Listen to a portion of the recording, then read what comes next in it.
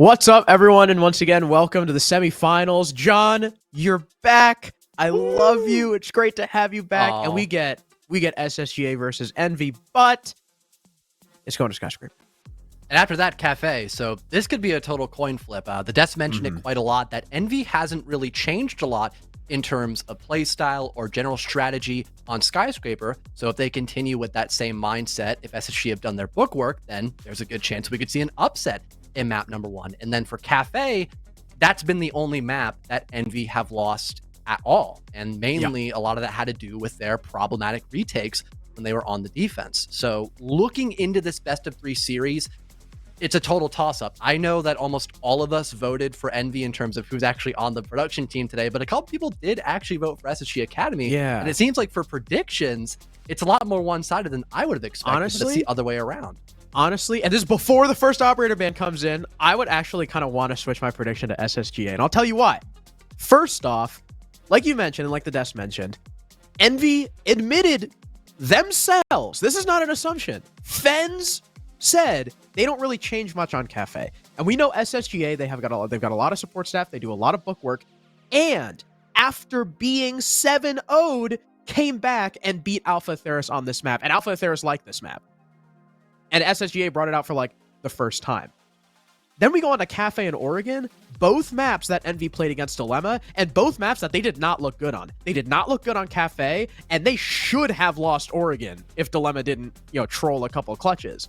So I think this is a hell of a lot more doable for SSGA than a lot of people realize. I mean, well, I say it was a 71% prediction rate for SSGA, but then I think people would think at first glance. But of course, we have to get through Skyscraper first. We'll see if SSGA can show us something good on this first defense. Going to Karaoke and T, good old reliable for Skyscraper. And their lineup, at least to me, seems like they're going to have a extension leading up over on the Dragon side of the map. That one deployable shield for JetCon, some of my magnets to help with that extension as well. And on top of that, the Azami too, which is a great way to either force those choke point angles between, Terrace leading in a drum, or all of Dragon and Shrine, making things very problematic, or the offense to push off of that roam clear into a site execute if they don't have enough utility to deal with it. But luckily, having, some soft reach with Kobe and Fens on Flores and Ash respectively, things should go according to plan, as long as they can, of course, deal with those with my magnets first, and maybe deal with JetCon as well, since it looks like Kiru is locking in the Ying against that. Yeah, that Warden is going to be incredibly important because of the Thatcher Dokkaebi bans. That means Ying is probably going to be brought a lot. We can expect to see her. I would imagine, John, almost every round, and Vil going for an early spawn peek, looking to set the tone, instead gets shut down immediately by Kobe. Someone who before this season, by the way, had 0 T2 experience and is yet one of the highest rated players in the league. And I think that's incredibly commendable. A lot more breathing room for Envy. Not only is there one less roamer to worry about, but having the Wamai as your opening death means there's overall less utility you'll have to clear with. So that team play aspect of timing your flashes before throwing out, any kind of Ash breaches or even the Ying Candelas, it's going to be much easier to do that because there's less utility on the board to worry about. First minute almost completed, and it looks like they've finally droned out the rest of Office and Exhibition so they can begin to enter the building properly and then challenge the next set of defenders leading in through, again, both Drum side and Shrine. But a nice C4 tossed up from down below, probably with the help of some info, is going to tie us off in terms of the man count. Power of the one of the big 7 operators has left up, and with that Thatcher ban, that means Cade is going to be incredibly powerful now too. It'll pretty much force the attack to take a Maverick or use some of those Ash, Zofia, what have you, vertically to try and get those Electro Claws off. It's just going to be something else that the attack has to worry about. Aim key currently getting cleared out by the Flores. One of his Kivas goes down. He's still got 2 on this doorway, but he's out. No more will regenerate. So as long as the attack can keep the pressure on, Aimkey can no longer build himself a fortress.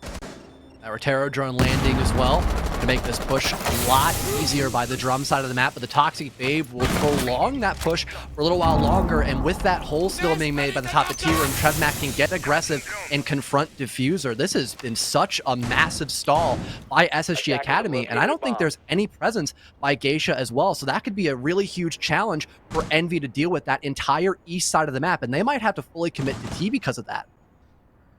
Trevmac's going to be a big linchpin If he can survive here in the back of T, armed with that shotgun, this round might be as good as over. Here come the Candelas to try and force a wedge into this defense.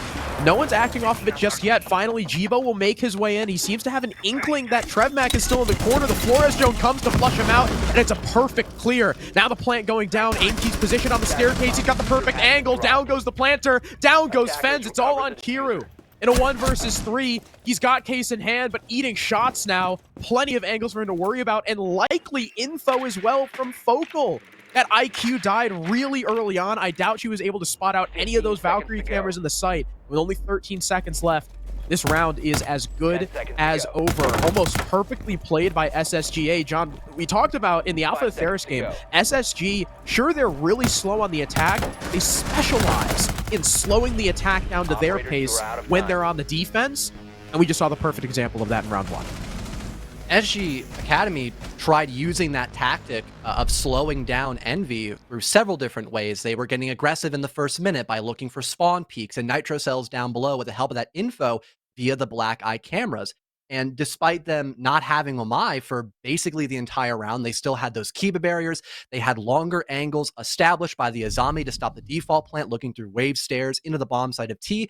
And they had JetCon for all of Drum, so no one could push down that hallway to challenge the Azami. They could only play from down below, which from a house over clear, you don't have a lot of time normally to also clear out the entire bottom floor to get alert going, whether it's through black stairs or even wave, for example. So SG Academy just played perfectly into what Envy were going for towards that Skyscraper clear, which makes sense given how many times Envy have played this map and haven't changed much about their playstyle too. Yeah, the big difference is probably just going to be how they play around that Ying, since when they played Skyscraper against Dilemma, Dilemma had banned that Ying, so that's pretty much the only like major difference that we'll likely see from these Envy attacks, and immediately they think to themselves, you know what? That Ying didn't really do a whole lot for us. We heard them going off, but there were no kills off of it. Really, the only like utility-based kill that we saw from Envy was the one on Trevmac, and that was with a Flores drone, not those Candelas. So they'll swap off of it. SSGA not taking the Kaid just yet, but that'll prompt Envy to pick up the Maverick to try and counter out this Bandit. I mean, Kobe is Ash. They could just go below, as we see a lot of teams do. A lot of teams like going for a bedroom, bathroom take and go bottom up, but Envy, it seems, are more privy to a full top floor horizontal. Kobe currently droning down below, maybe expecting more roamers to play underneath with the help of those black eye cameras and C4s like we just saw last round. I'm not too sure if Focal's been detected just yet, but he'll move his way back up above, just hoping to waste a couple more seconds on the timer and not give away his life to keep things at that 5 versus 5. And yeah, it seems to be a full clear prioritized by Envy, as now the roamers have just about fallen back completely and have burned away about a minute. While not wasting too much in terms of drone economy, they've at least got the time on their side as of right now. Now, the dangerous position here for the Bandit is if he goes and plays around this drum wall. Once Jibo gets himself in and makes that line, Bill is as good as dead. He's going to be playing in a death spot just to try and go 1-for-1, and now he's already half HP, as I believe he attempted to fall back early. So SSGA have been pushed back successfully by this attack. There's a lot of damage done to 3 of the players on the defense. No kills for Envy just yet. Now the last line of fire for the defense that's not directly on the bomb site, it seems to be JetCon, and Kobe just walks directly in front of the shield. Maybe thought that there was an early fallback. Now JetCon dealing with more than one player, but they don't expect him to swing off the shield once the nade comes through. He'll finally get traded back, but it's a 2-for-1, and now there's only a minute left. And Warden wasn't all too helpful, all things considered. Again, there's no Ying in play anymore by Envy, so he was just there to work a couple of kills and waste time. With there being only 50 seconds, again, Envy are going to be rushed in terms of finding these last 4 defenders alive and also having enough time to burn through the utility, like those Evil Eye cameras and maybe any Kibas that could be left over, but it seems like there aren't many. At the very least, they have some control. They've got Terrace, they've got Dragon, and they've got one of those walls open into Museum as Fens now walks his way through. There's a reinforcement directly to his right, protecting him if he wants to go for a Cubs play, but he's just going to walk on in with no help. Aimkey takes him out, and a nice headshot to land 2. Trevmac with the finisher, and SSGA have 2 defenses in a row. One of the big problems, again, with going in for a a full clear across the map when you're going for a bomb site like Office and Exhibition is sometimes you just don't have enough seconds left in the action phase to then rotate and try to get some pressure down into the bomb site. It was a full commit by Envy just to spring into the objective with what little info they had in those last 40 seconds and just hope they can win that 1-for-1 in sight and plant the diffuser. And with the help of those evil eyes and a lot more passivity established by SSG Academy once they won those first 2 gunfights near the catwalk and top shrine/dragon area, they were allowed to just sit and wait for Envy to make that first move, which is always such an uncomfortable position to be in when you're on the attacking side and you're quite frankly running in blind, not having all too much to work with. So SSG Academy will gladly take those first 2 round wins on their opponent's map pick. Now go to the tertiary bomb site of Barbecue and Kitchen, which for some teams can be more challenging to deal with on the attack too. I really like what SSG at A are doing through the first couple rounds again, right? Not other than the spawn peak in round 1, not giving Envy too many opportunities to just take a straight up gunfight, and that's exactly what you have to do against a team like this who kind of thrives in that chaos. If you give them the opportunities, they're going to take it. And so far, the first 2 rounds, Envy haven't done anything terribly different from what we've seen in the past.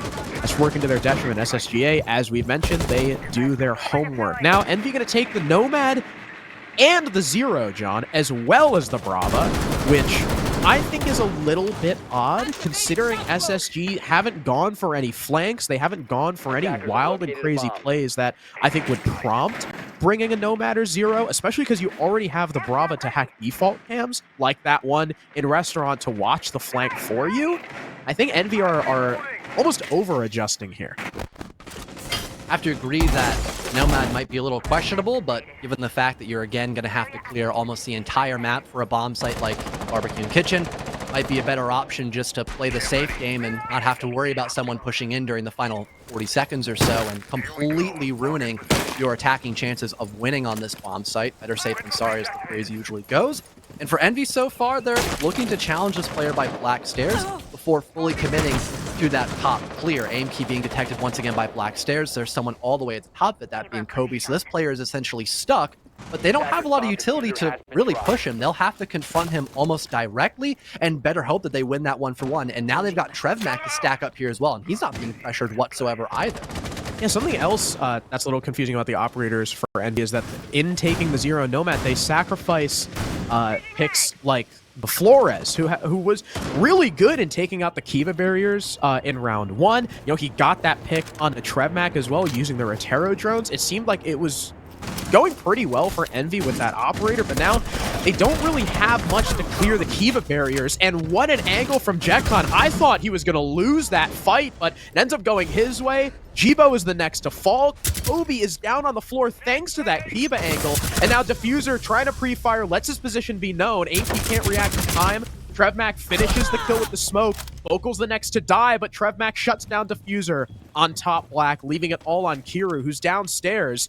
I mean, he's in the site, but he doesn't have the case. His whole team died upstairs and subsequently dropped the case up there as well. And with only 35 seconds, he doesn't even have time to walk upstairs, rotate, grab it, and come back down because everyone on the defense is playing around it. It's actually, wait, it's all the way down there? Did they drop it at spawn? Or maybe the case carrier died on rappel? Either way, he's got 2 more kills to find. 1 more kill to find now. Hold on. SSGA are getting a little ahead of themselves. There's only 10 seconds left, and Kiru is incredibly lit up. TrevMac has a really good shot at winning this. Kiru's nasty. He can land the shot, but he doesn't have any info. He thinks he's in the corner. Now he knows there's only one spot he can be, but no! Instead of checking top Black, he sprints into T, showing his back to TrevMac. And SSGA, a little too close for comfort, still confirmed 3 in a row.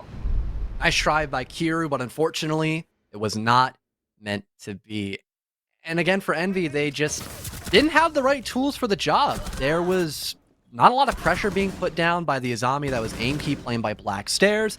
There was no one to deal with TrevMac the entire round. Not a single bullet was landed on the smoke, and he was able to utilize all of his toxic babes to either create space to readjust his position to take better gunfights, or to finish off down players who couldn't get res. There was a lot of value from that top floor extension done by SSG Academy that is almost a requirement by the offense to deal with. and it just didn't seem like that was the overarching plan that Envy was trying to accomplish. I mean, sure, they got the Geisha all opened up, and they had players in the right spots to maybe go for gunfights, but again, they didn't have the right tools for the job, which is what, stumped their growth when it came to clearing out that top floor in round 3. What's worrying for Envy now is not only have they not had any confident attacks so far, that 1v1 started as a 1v3, so I wouldn't count that as a close round, really, when it comes to a strategy, at least. Attackers are moving out to locate a bomb and Most of Envy's attacking win rate that we've seen, right, as Super mentioned, it fell because they've had to play other maps and they lost against Dilemma, but most of that attacking success is on this map. Even when they were against Dilemma, right? They only won 2 attacks on Kafe. They only won 3 attacks on Oregon in an 8-6 win. They won 4 on Skyscraper, and that's been their MO. They've been incredibly good on Skyscraper attack. SSGA have not dropped around just yet. Once we flip on that defense, if Envy don't get at least 2 rounds here, honestly, if they don't get more than 2, I think SSG have just usurped the kings of Skyscraper. Absolutely. The lowest that Envy have had in terms of win rate for the attacker Skyscraper is 3. So this is kind of the make or break round, so to speak, if Envy can recover this first half or not, which they're looking to start off in a more aggressive fashion than they did last time with Diffuser already inside the building once that info was given that there's no one here to challenge him. As once again, SG Academy are playing a little more passive. They're working off those shields and keep barriers, hoping that someone overextends, allowing for an easy opening gunfight. But at least having the Nomad, there's not going to be any cheeky runouts or some sort of flank that could potentially happen. They can solely focus in on this top dragon position and, of course, the Azami Kibas across the map to hopefully push back this line and take a gunfight. Oh, that is a crazy walk-up from Diffuser. He just ran at the shield to try and bait out Vil while Kiru jumped in that shrine window. That'll be the opening pick for Envy. They had the opening pick in round number 1 onto Vil as well, but they couldn't transition it into a success. We'll see if this round goes differently. They've got only 1:15 remaining, though, and only now are they starting to make their way into Drum, but they have another kill thanks to Fence, and that's Trevmac, a big player for SSG, now dead. Jetcon gets over-aggressive. Aimkey tries to swing things back in his team's favor, but now it's all on Focal. It looks like Envy are about to have their first round. Not too much time left here, or pardon me, there's still plenty of time for Envy, my mistake, and no Nitrocell left for Focal as well. Yeah, that's a pretty tough spot to come back from. And it's flawlessly closed out by Envy. Much better teamwork done in that round. You mentioned it earlier with the Nomad hopping in to then assist off of that Flores Rotero drone, and also being able to make sure that SG Academy don't win any of those trades. Getting that kill on JetCon to make sure you can also walk in through Drum and not have to worry about Geisha was a massive play for Envy. And that was just a night and day round from what we saw last time in T, where they looked a little confused and concerned going into that first round. Now they look like a completely new team. Absolutely. They didn't even take a timeout. So that was in between rounds. Yeah. They had a complete shift, which is, of course, impressive. I mean, because not only did they just look better, but they looked completely different. That was a 180. Envy need to keep that up in the next couple rounds if they want to come back, because we know they're not necessarily the strongest team in the world on defense. Although they did perform really well against Dilemma, but Dilemma also, they don't play Skyscraper. They're not a fantastic attacking team on Skyscraper. And that's the other thing that's a little bit worrying about SSG ACAD. If they allow Envy to come back in this half, 10 seconds to go. Not only do SSG not really play this map, they played it once against Alpha Atheris. Their attacking win rate is not nearly as high as some of the other teams in this league. That's where they've really struggled so far in Element. They'll have some maps where they're really good, some maps where they're really bad. Now, up against Alpha Atheris, they looked decent in the 2 attacks that they had. They won 2 in a row, but obviously, we gotta wait to see how many attacks they have to play after this half. But if they allow Envy back into this game, allow Envy to take that 3-3 split, I think they're gonna be in trouble. Like the small changes as well by SSG Academy, expecting Envy to go for that same clear across the map. They even have a C4 pre-placed over by Geisha in case someone hops in through that window like we saw last time. But so far for Envy, there's walking up the wave staircase, maybe getting someone over by Black, and they'll be the Nomad to maybe get some utility burned away. Wow. And JetCon not as successful on that shield in round number 5 as we saw a few moments prior. Bill will be there to take his place, and he tries to go for a C4 to refrag his dead teammate, but that's not going to connect whatsoever. That leaves now just the Bandit, who, of course, in comparison to the Warden, is a lot more vulnerable to those flashes that several operators have on Team Envy. And the cutoff from Dragon window works beautifully. No one to support Vil because he had to move up and take JetCon's position. I don't know how JetCon lost that initial fight. He had the shield, he had the advantage, but now Aimkey's dead as the SSGA defenders continue to challenge into Dragon. At some point, you gotta consider it just lost control. Vocal sits on a pixel angle, goes 1 for 1, leaving it on Prevmac. Armed with the 81, the Alda, this is a fearsome weapon in the right hands, but there's far too many angles for him to worry about. And Envy seem to have hit their stride. That's 2 in a row. 1 more for the ideal even half they're looking for.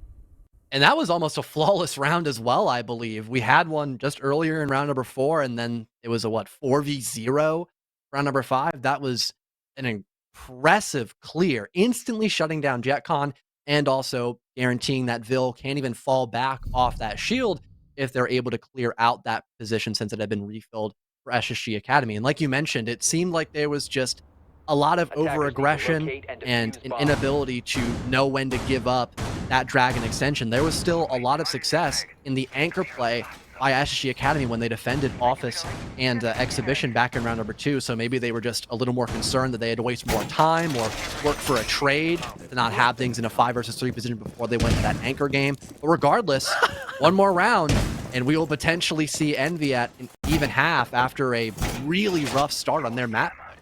You see that chat message? Yeah, I caught a glimpse of it.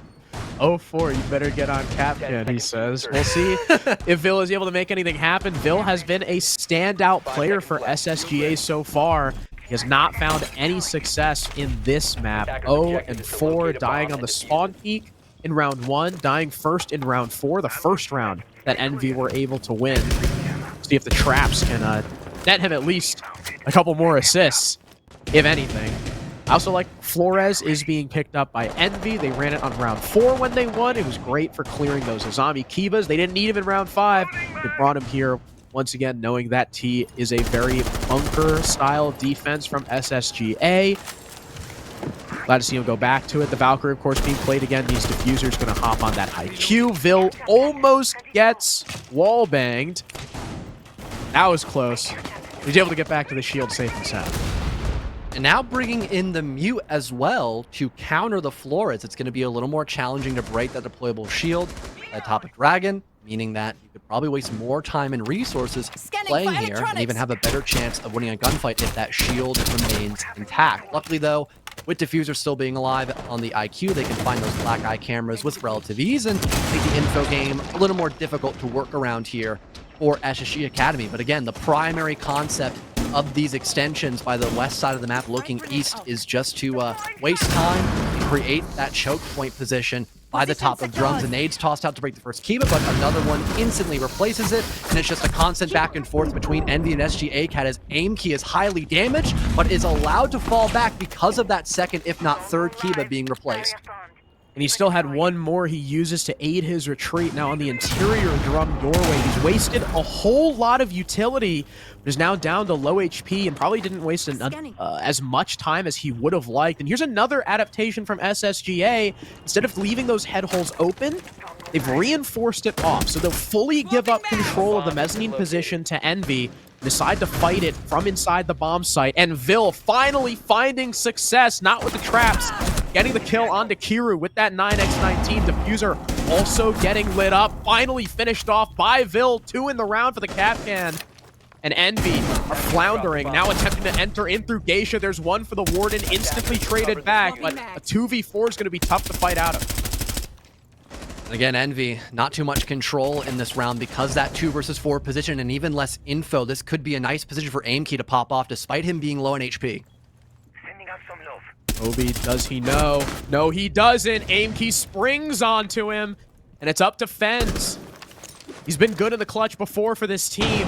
But does he have enough time to make anything happen? Only 20 seconds remaining, and look at this. Focal is downstairs. Again, Diffuser not able to push in deep enough to get those sight cameras, and that C4 is going to have Fenn's name on it, even if he ends up killing TrevMac and Aimkey, which at this rate isn't seeming very likely. Only 5 seconds remaining. SSGA are all hiding, with the exception of TrevMac, who ends up lopping Fenn's head off with that SMG-11. They don't let Envy come back quite yet. It's a 4-2 half for SSG Acad. Again, that lack of adaptability by Envy just made things more complex in the late round. They only had the same 2 positions to work off of, and with the Azami still being alive as well, able to hold down the fort by Geisha, even when the Warden had died, it did force the hand of Envy to try to fully clear out Geisha when their initial plan was to probably go for another T execute. And even with there being not a lot of control by that top dragon side of the map, I think because those walls being reinforced, Envy realized mid-round, can we even plant inside of T room? Just the little things that SSG Academy were able to do in that final round made such a difference, because again, Envy just did not adapt, and hopefully we don't see that same problem for them moving on the defense, because now they're in a pretty big deficit that we normally don't see for them for their attacking half. Yeah, this is their worst attacking half on Oregon. Sorry, Oregon, what the hell? Their worst attacking half on Skyscraper all season so far. And I think that's really saying something. SSGA played those defenses beautifully, but John, this is where the real test begins. Yes, Envy aren't the best team in the world on defense, but still they're very comfortable on Skyscraper, and SSG don't have the best attacking win rate when it comes to especially playoff teams. So they've really got to show us something special on this very first attack. Again, try and set the tone. I don't think it has to necessarily be a win. As long as it looks competent, my confidence will not be shaken. Envy relying heavily on that bottom floor presence, not only having the Valkyrie like we saw SSG Academy run almost, if not every single round, but also introducing the Solus, which we didn't see at all in the first half of Skyscraper. There aren't many places that you can plant in either T or Karaoke that can be, safely put down against the Solus. I believe it's like only that little table inside of T room that you can really put down the diffuser without getting shot from vertical. So it's going to be a pretty tough challenge for SG Academy to play for the objective unless they clear out those roamers. But they're going to already clear out Kiru from his position on the smoke. A lot less stall potential left there for Envy. But like we mentioned earlier, the primary, idea of their defensive comp is to just play down below and hope that SSG Academy doesn't clear out the full map and still tries to plant against the info of the black eye cameras and the scanner of Solus. Yeah, the lack of the Solus from SSGA, I think, is definitely unsurprising, especially considering how SSG like to play and how Envy, where Envy thrive. SSG just didn't want to leave someone on an island like a Solus, ready for Envy to clear and give them that man advantage. Instead, they played into the Valkyrie more, and I believe most of those Valcams were in the site to support those anchors, right? SSGA thrived and played for their bunker setups. Now, Envy have lost a major bunker operator in terms of the smoke, but Kobe is going to make sure that SSGA don't have a man advantage, and Aimkey goes down, defends another for Kobe, and this round has fallen apart for SSGA. I don't even know where they attempted to push. That's a good kill from TrevMac to attempt to bring things back, but Envy are very spread out across the map. I don't know if SSGA have any info. Well, they certainly don't on the Jibo hitting the bag before he finishes off Focal. And it's all up to TrevMac, 1 versus 3. SSGA clearly not expecting Envy to get explosive in that mid-round. TrevMac sees one through the floor, but then sprints into Diffuser. The Solus still lurking down below. And that gives Envy the first round of the new half. And having such info denial based operators on your team, it does kind of make playing off those drones a little more challenging when you have the space to also dry up that info. As a defensive team, there were a bunch of barricades placed, several roamers down below. So we did see SG Academy actively trying to deal with that threat of the Solus and Valkyrie down below, but because they could not play out that info almost immediately or have someone close by for a trade, there were a lot of 1v1 kills going the way of Envy that just had no response immediately after. So that was just a very awkward round for SSG Academy as a whole. And again, because they weren't able to deal with that initial threat of the roamers down below, the round just kind of went up in flames for them. Yeah, they got to understand that Envy are going to run around the map on them if they let them. No Nomad being taken here. That was an operator I think would be very useful for SSGA. Valkyrie now being brought by Envy to supplement the Soulless. As they did last round, Envy have tons of info to work off. And when you play as aggressively as Envy do, info is your best friend. Info is almost better for you than refragging is, because if you have the perfect info, you're likely going to be the one to win that one-for-one engagement. The Ying now coming out from SSGA is a welcome sight, though. If they can ignore these roamers and just punch their way into the bomb site using that Ying, they don't necessarily need to worry about that Solus or Valkyrie. Again, I believe there's at least one, if not two spots you can safely plant for this objective as well. And like you mentioned, with there being a Ying, it could be a lot safer and easier just to barrel your way into the bomb site, especially since we didn't see a Warden, because again, that heavy emphasis on roaming down below and using the full map to your advantage, rather than being so reliant, of course, on the anchor. But it's not all of their eggs being put into one basket. Still have the Mira playing close towards the bomb site behind that minibar, could even go for a potential run out. And I almost thought for a second there was info for the defense to assist that, but no, it's actually Vil holding a crazy camera, maybe expecting a run out and is trying to bait the Mirror to go for it, but that's not going to happen just yet, and they'll still be on this upside and repel waiting for the perfect strike perhaps. I don't know if anyone's there with Vils, though, so I mean, if Jibo wants to go 1-for-1, he certainly could. They'll peek in, there's the run out, but Vil misses his chance to get an opener, and now Jibo's aware of it. He's even going to open the hole wider so he can peek out faster from a standing position rather than crouching. A minute 40 left in the round now as SSGA start to make their way in downstairs, so they are looking to clear bottom up. They'll ignore those horizontal roamers, but they will also make sure that the Solus isn't going to be able to work from below, and there's no C4 potential from below. What's dangerous is that Envy are going to be more than willing to challenge the angles being opened up by JetCon, so he's got to be careful.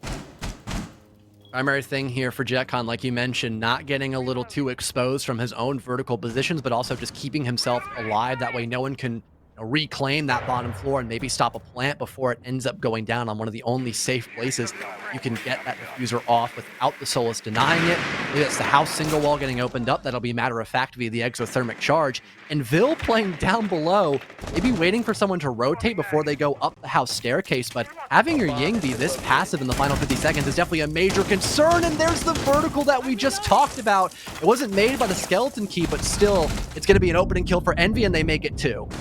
Thermite goes down, JetCon with the first refrag from his team, but this is why this kind of play is so dangerous, going bottom up like this. The verticality established by Envy was not properly accounted for by SSGA, and now coming down the staircase is Kobe to frag JetCon, leaving it on Trevmac, who can't even win his first fight in the 1v4. SSGA do not account for Envy's own verticality while trying to make their own, and Envy tie the score. Too much passivity by SSG ACAD. The primary use of that Ying is to be fast against Envy's, little anchor presence, and then using the vertical to maybe even force them out even more, just make the defense uncomfortable. And we didn't see that. The skeleton key did not do anything to facilitate kills for SSG ACAD.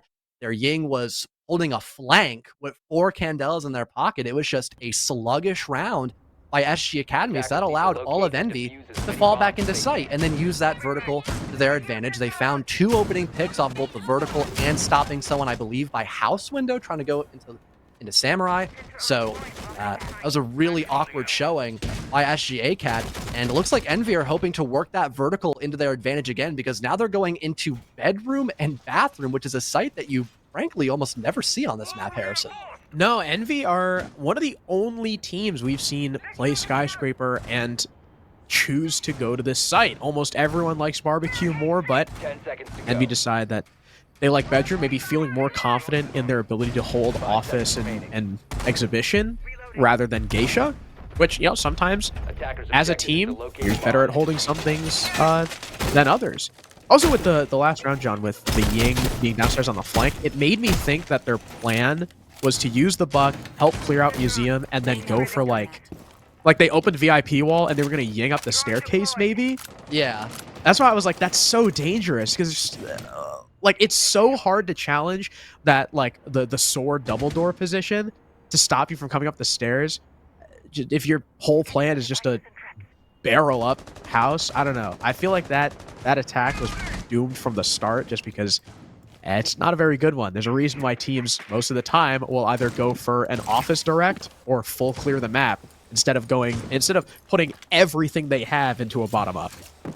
Yeah, even with the house wall opened up, you got to worry about drag, and you got to worry about someone from sight. There's a flank that could happen. Like, there's just more problems you're going to face with that kind of play instead of just going into the open breach or the window leading into sight as well. But regardless, we'll focus on the new round as SG Academy now begin to clear out a portion of this map. And I thought for a second Kira might get away with a freebie here. Is he looking to hop out from this window?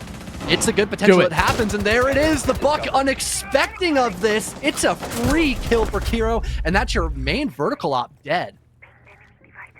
One of the worst operators to lose here on bedroom, bathroom, and TrevMac can't get the refrag because they don't have info. I don't think they re-droned him. They just assumed he was in there.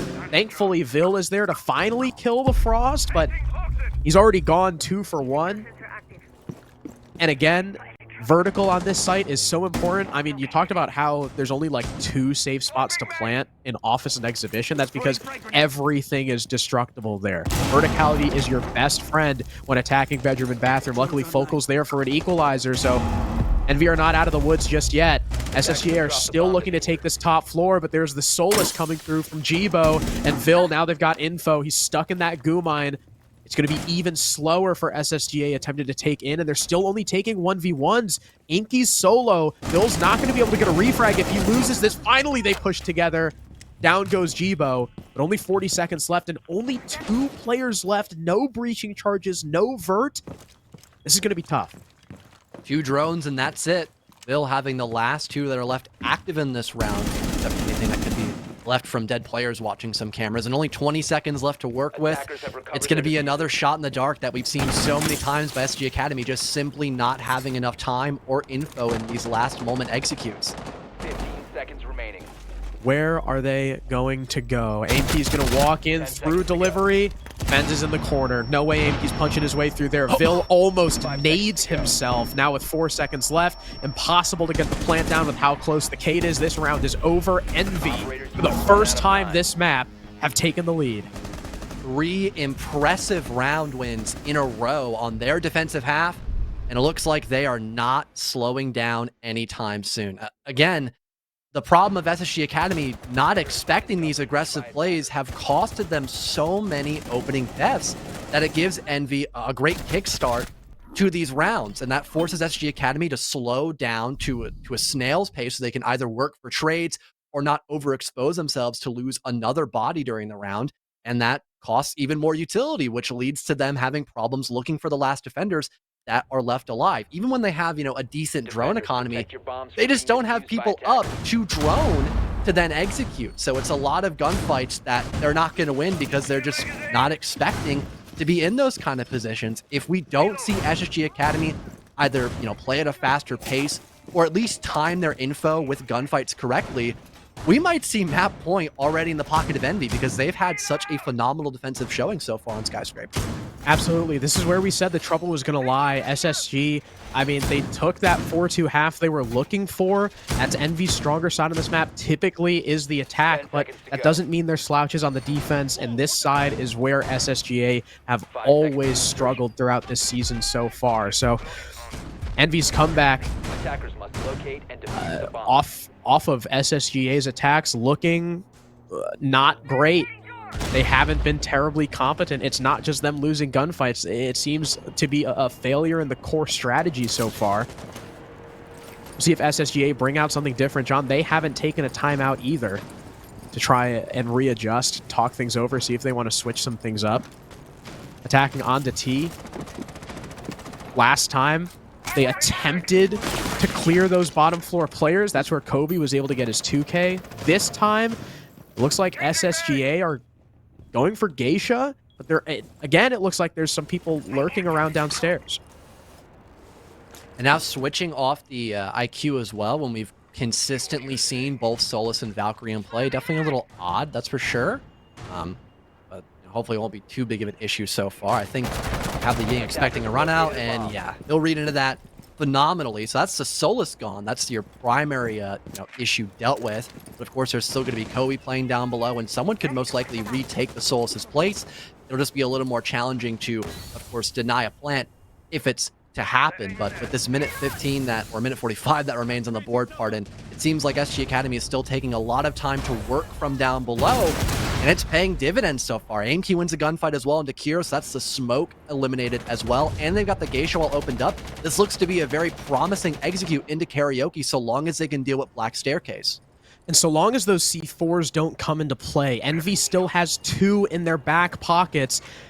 And remember, C4s are pretty much freebies. It's really hard to trade back a C4 kill unless you're in the right place at the right time. Vil tries to barrel his way on through Geisha, eats a TCSG shot. He's now down to below half. SSGA have about a minute to work with, and you can see the Valkyrie starting to rotate down below and play off of that C4. Envy likely have cams in the site just as SSGA did. The difference is, while SSGA might be able to push deeper than Envy, they don't have that IQ to aid them. They won't be able to spot out those black eye cams until it's likely too late. And SSGA they're stalling a little bit. Vil is still in Geisha. The Case player is still on Karaoke Rappel. Fens is still unchecked on main stairs, and Kobe gets a freebie. Fens shoots Vil in the back.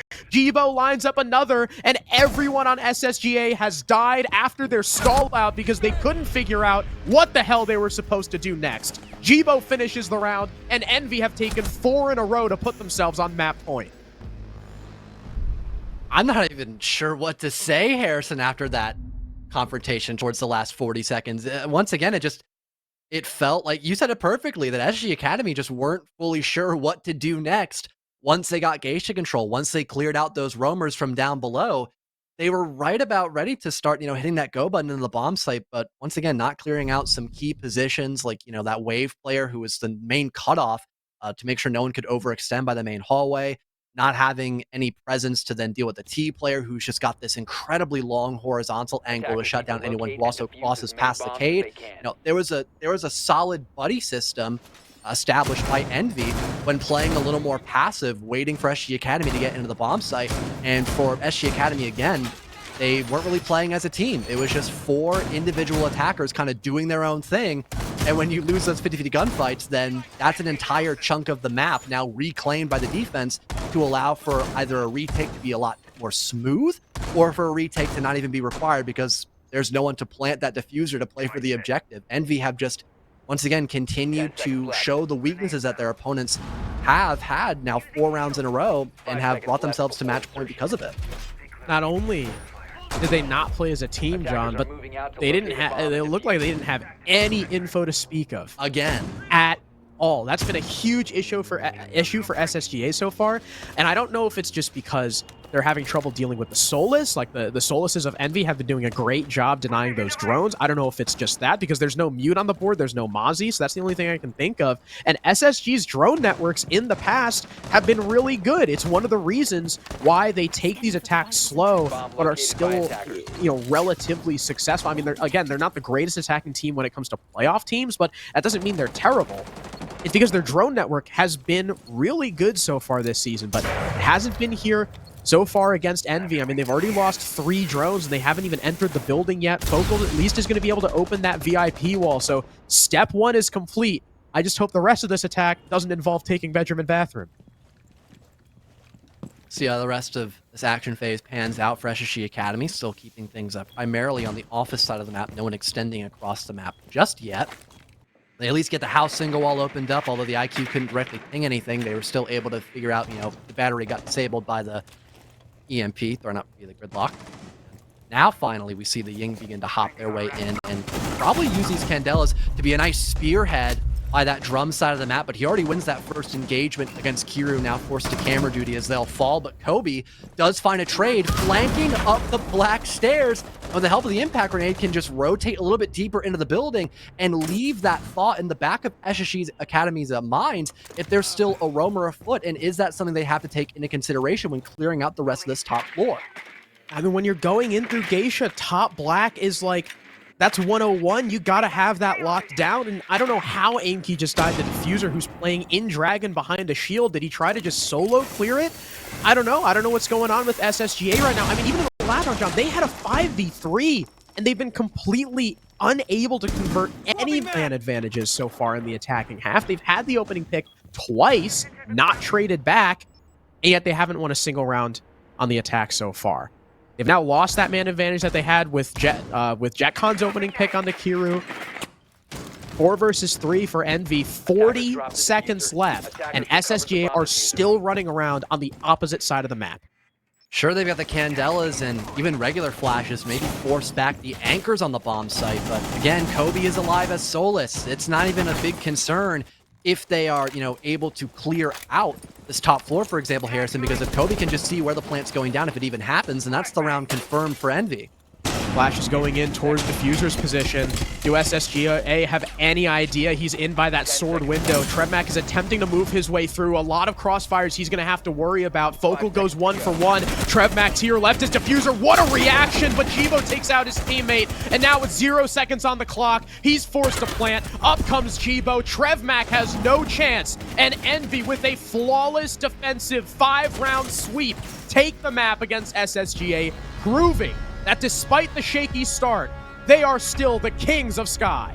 They just looked so comfortable against every single roam clear SSG Academy tried to establish. And again, a lot of that just happened because of SSG Academy's, inability to either adjust or just play as a team. Their info game was constantly lackluster because they wouldn't have someone playing off that drone to then challenge the Solus or the Valkyrie that was roaming every single round. The team play was not there for SG Academy. So that allowed Envy to do what they do best, which is get aggressive in the early round and then backpack off of that early success by being a little more close to the chest when playing against their opponents to force a couple of mistakes when going in for that execute. And again, with SG Academy unable to change the momentum of these rounds, that allows Envy to bounce back despite having one of their worst attacking performances throughout the entire, season of Element 2, not even just on Skyscraper. Absolutely. It was a great start for SSGA, but we were lacking a lot of that star power that they've shown in the past. Aimkey going dead even, and Vil, a big player for this team, a big entry player. 3-9 on the match, and I believe 1-3 on entry. So we're going to take a quick break. That is map number 1 concluded, and when we come back, we'll have the desk break this one down and send us into Kafe.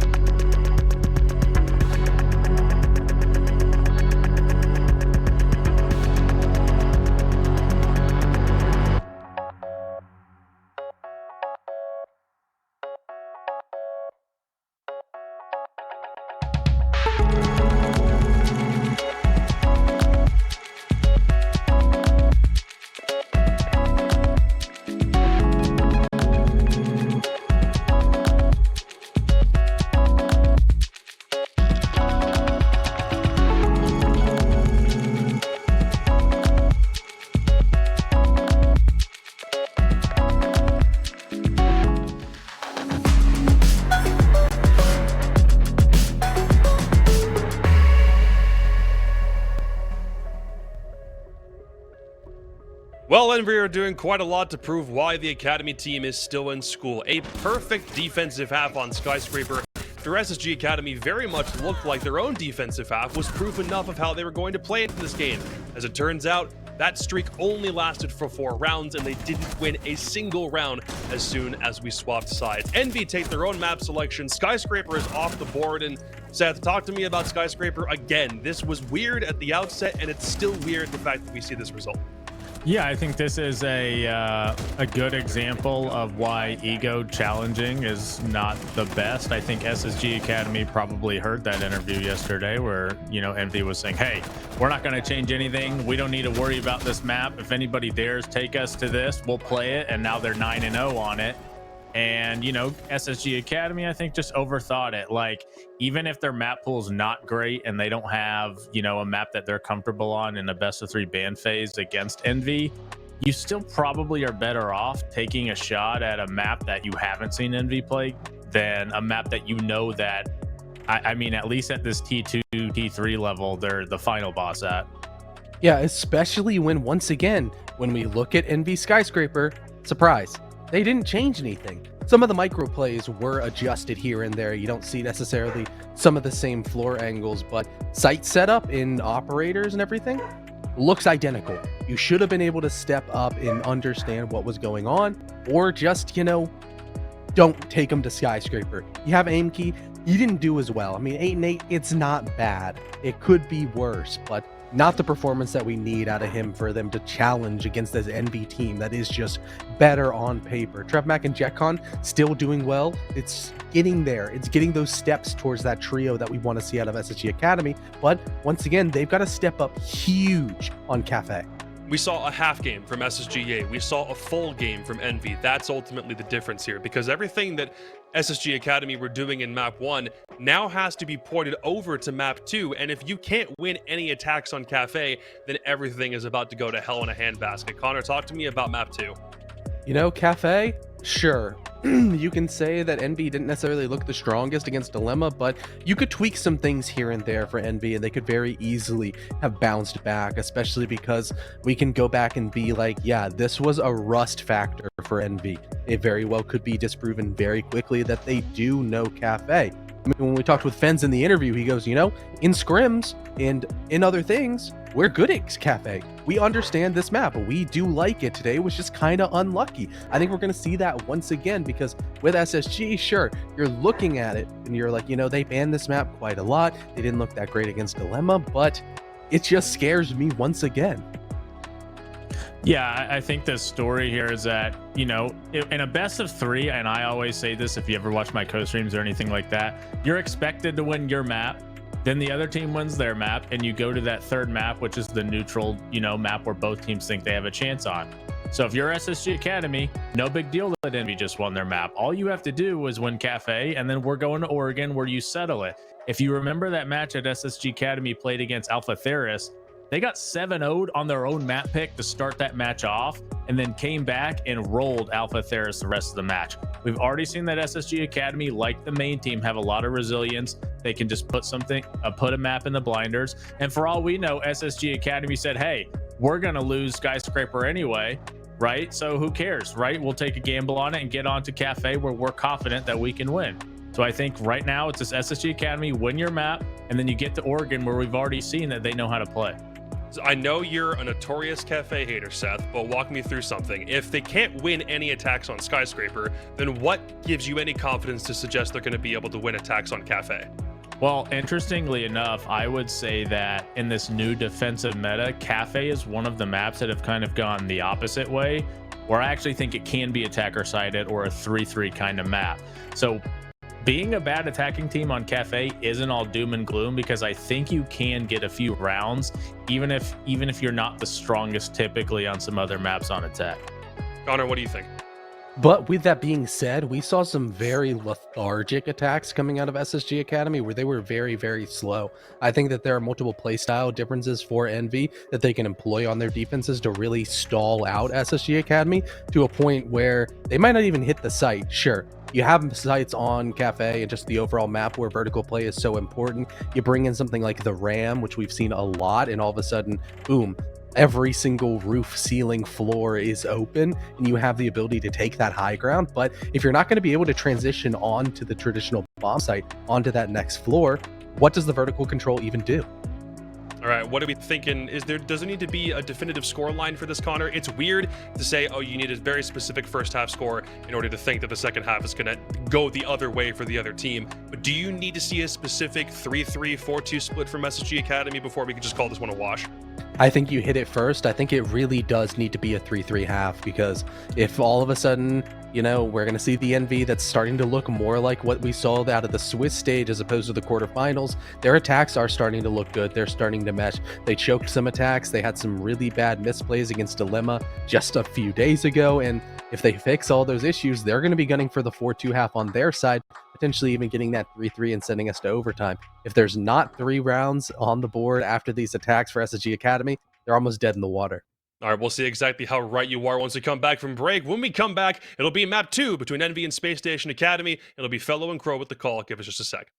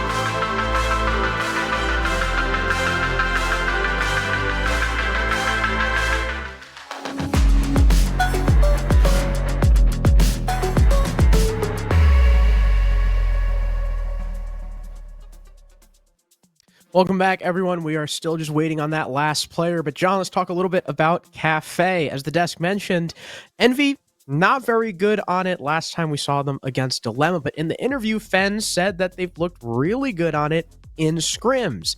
We don't know how SSGA necessarily feel about the map. It's been an auto ban for them the whole league so far, just like with Envy. But unlike Envy, they also haven't played it yet. And as we know, one of two things happens when a team brings out a map that they've never played before. Either they look really good on it, or they look really bad on it. No in between. That first half as well, going to be a good litmus test for SG Academy if they're able to improve on the mistakes that they made on Skyscraper. And Kafe, more specifically, sure, you can play the rounds almost kind of on autopilot because you can do a lot of the same, attacking clears, which is mostly top to bottom. It works on almost every single bomb site, funny enough, if not every bomb site. But it's a much bigger map than Skyscraper is. So if you still have that same problem of not being able to time your drones well, not playing off of one another correctly, having very botched executes, then we could see another defensive favored half for Envy, which then will bring them back into the attacking side, which they're statistically just as good, if not slightly better on than their defensive side. And now that they've had more time to practice on Kafe via scrims, it could be an even better half than what we saw when they played against Dilemma earlier in the playoffs. So this is really in the ballpark of SSG Academy if they're the ones that are able to improve, because clearly Envy have been able to, what they've said. Now, the bans are a little bit interesting if we consider last map, right? Ying being banned didn't really do anything for either team. Honestly, the Ying usage was very lackluster, but she is, I would consider, a lot better on Kafe than Skyscraper. Envy don't want to deal with her. Azami being banned by SSGA is odd because Azami was also banned in Envy's one play of Kafe by Dilemma. So maybe this is a scrim thing. Maybe they've got info from practice games. But SSGA used Azami a lot on Sky, and Envy didn't. I don't think Envy played her. Yeah, Envy did not play her once. And then Capcan, well, I mean, just in general, how often do we see Capcan bans from anyone? And I'm thinking, John, it's because the only round Vil did anything was when he played Capcan that one time. Yep. Maybe this is not only like quote unquote a target ban, but like a BM target ban. Saying to Vil, you know what? You're so useless, the only thing you can do is play Capcan, and we're gonna take that away from you. And I thought more about the Ying ban as well, because Jetcom was finding a lot of success playing Warden. It might have just been to make sure that he's not playing a 1.5 MPX. That might be digging a little too deep, since Ying is pretty good on this map, especially for the top floor if you want to go for a much faster execute, obviously, and the window repel presence. But either way, definitely something you don't see every day on Kafe. That's pretty easy to say at this point. Minute gone away. SG Academy still trying to put some pressure down on those previously mentioned window repels, and now rotating a bit closer towards that AC window, hoping they can maybe catch somebody off guard perhaps, and also gathering some more info into the bomb site, seeing where Envy are stacked up and what could be pretty problematic to deal with. There's no one by Pixel, of course, but Fens is just around the corner by this rotate, so if he hears anything going on the piano side of the map, he could easily move around and be in a better spot to confront that.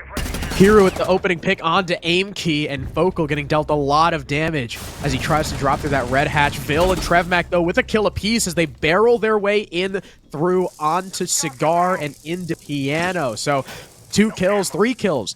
Sorry, immediately coming back for SSG Academy. Jibo and Kobe probably wondering, guys, what the hell just happened?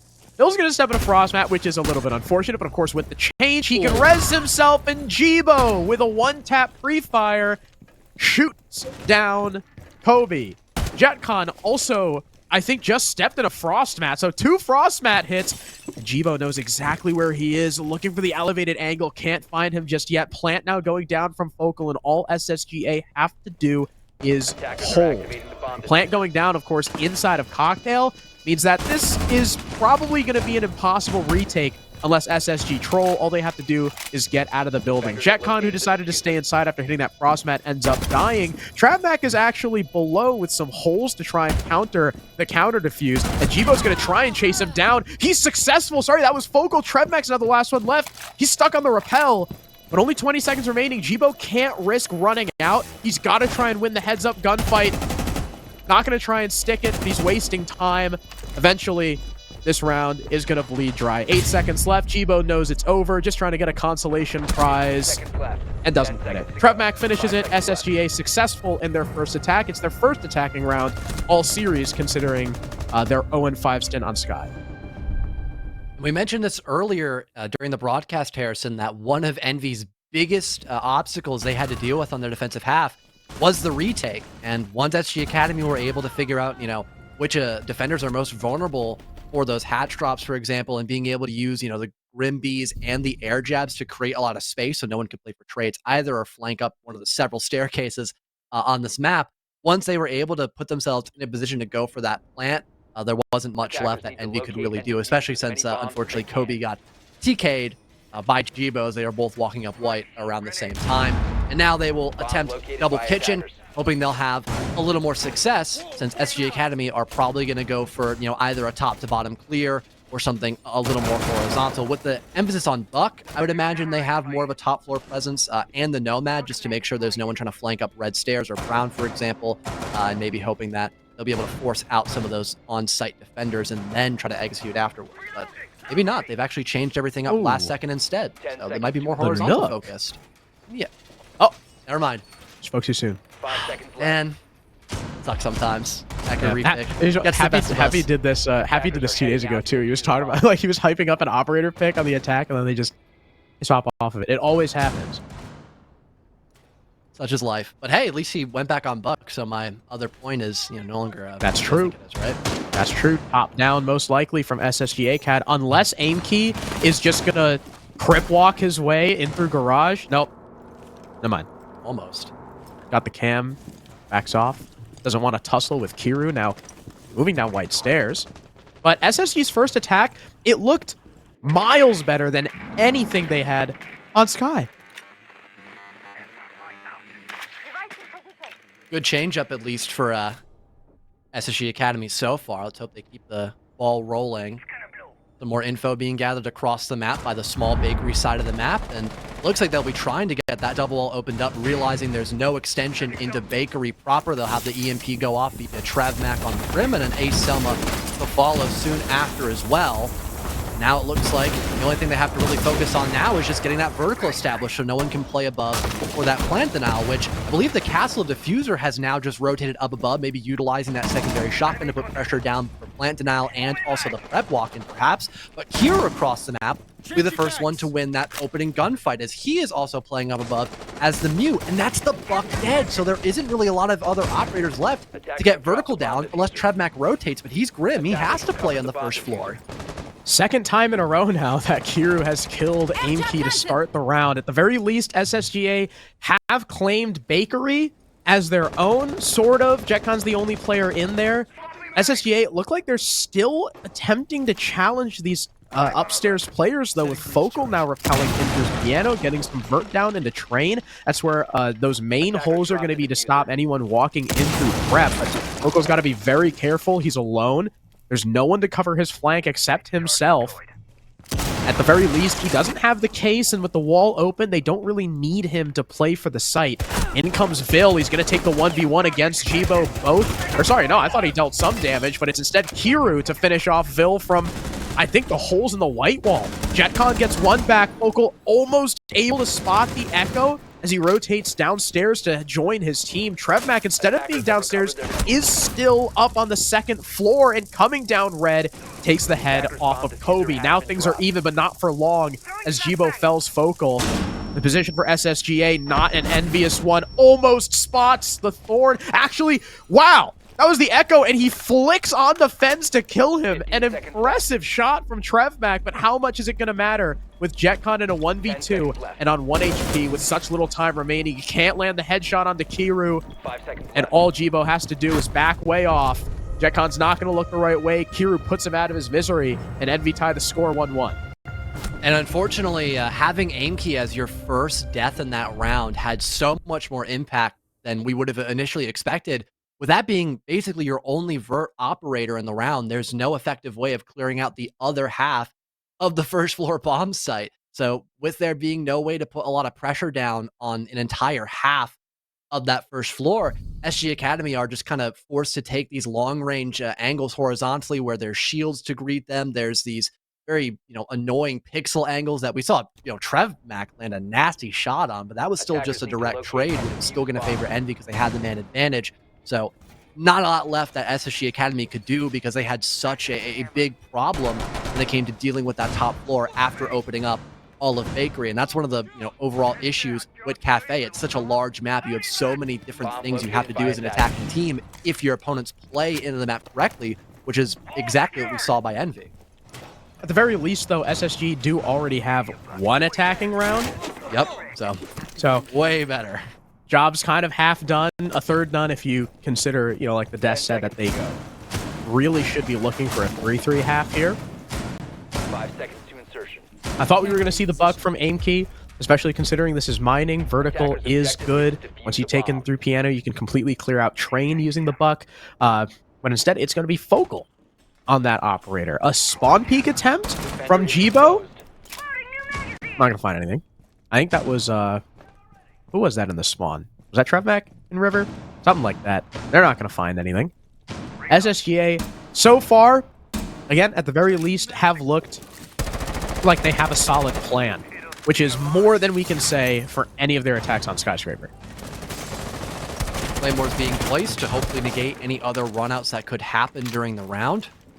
As it looks like SG Academy will just go for that top to bottom clear we talk about so many times for this map specifically, and Focal will be the main operator to deal with that, initially getting those hatches opened up with the skeleton key, air jabs being deployed as well, I could imagine, from those open hatches to stop any kind of flank if it were to go down, and that will of course allow for SG Academy to put all their attention onto that top floor extension. But something to maybe consider later in this round is the emphasis of Kiru playing all the way down below, because he's not really doing much right now, but if a plant were to be attempted, that could be a phenomenal way of shutting it down, since I think almost all the flooring for these two bomb sites is soft, allowing Kiru to use that C4 if he has info with the cardiac sensor. Yeah, I think all of mining above is destructible except for like the area that overlaps Cigar. So most of it is destructible, and then nearly all of train is destructible. I mean, you can't get any vert on dining, but typically not a lot of teams like to plant dining in general, whether you're attacking, reading, or mining. You go for the other side just because so many floor holes in dining. Your planter tends to be super exposed in any plant position, and with holes in the white wall, it's kind of impossible to get a foothold in there. Speaking of getting in a foothold, finally SSGA will continue to take in through the top floor. Trevmac will enter the building, but there's only a minute left. Yeah, it took them forever to get into the building, shockingly enough, and I'm not even too sure what the main goal for SG Academy is going to be. They're getting vertical down to put some more pressure by reading room, and it almost works out to let Volt get that opening kill, but with the skeleton key, he finally finishes off Kobe on low HP, and there's another frag collected by SG Academy as well. But again, they've spent a lot of time to get this ball rolling on the top floor clear, and they still have not yet to know about Kiru's position, and they might not even know where Diffuser is currently playing behind this bomb chest. It's going to be dangerous for SSG ACAD, but this tends to be their MO. They know they like to take their time and be thorough, but is it going to punish them, especially now with the pulse downstairs, armed with the C4, Diffuser dropping to help support. He doesn't have a nitro cell, so he'll have to come back up through a staircase. Fens gets away to play with that C4 too, and this pulse is going to come in huge. Plant going down from Trevmac, but he's on a soft floor. They're going to know. Diffuser ends up dying. Trevmac looking to try and move. No, the pulse is on the wrong guy, tracking the wrong person. Trevmac dies, but his job is done. The plant is down. The danger here for SSG ACAD is the HP. Focal and aim key are both one.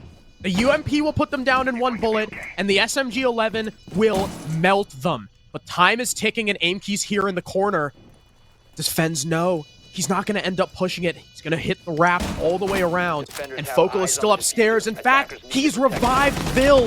This is now a 2-on-3, and the Pulse is going to attempt to go for the counter defuse through the wall, but there's still vertical on him, and it's Vil and Aimkey to finish the round out. SSGA get themselves in, evade the Pulse, and win the post plant.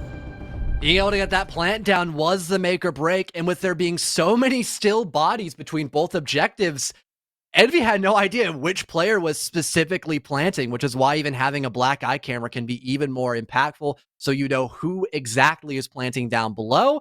Unfortunately, Envy probably weren't expecting that many players so close to one another, so it got a little hectic, info-wise for the Pulse to find out where exactly the diffuser was being put onto the floor, allowing SSG to find a second round win. They're one more away from that, predicted half they need for Kafe Dostoevsky, and it'll be back to bar for Envy, where they they were also pretty disjointed as a whole. SG Academy did a solid job of, making that space by dropping down the hatches and making Envy just overall uncomfortable, forcing that awkward retake by the cocktail side of the map.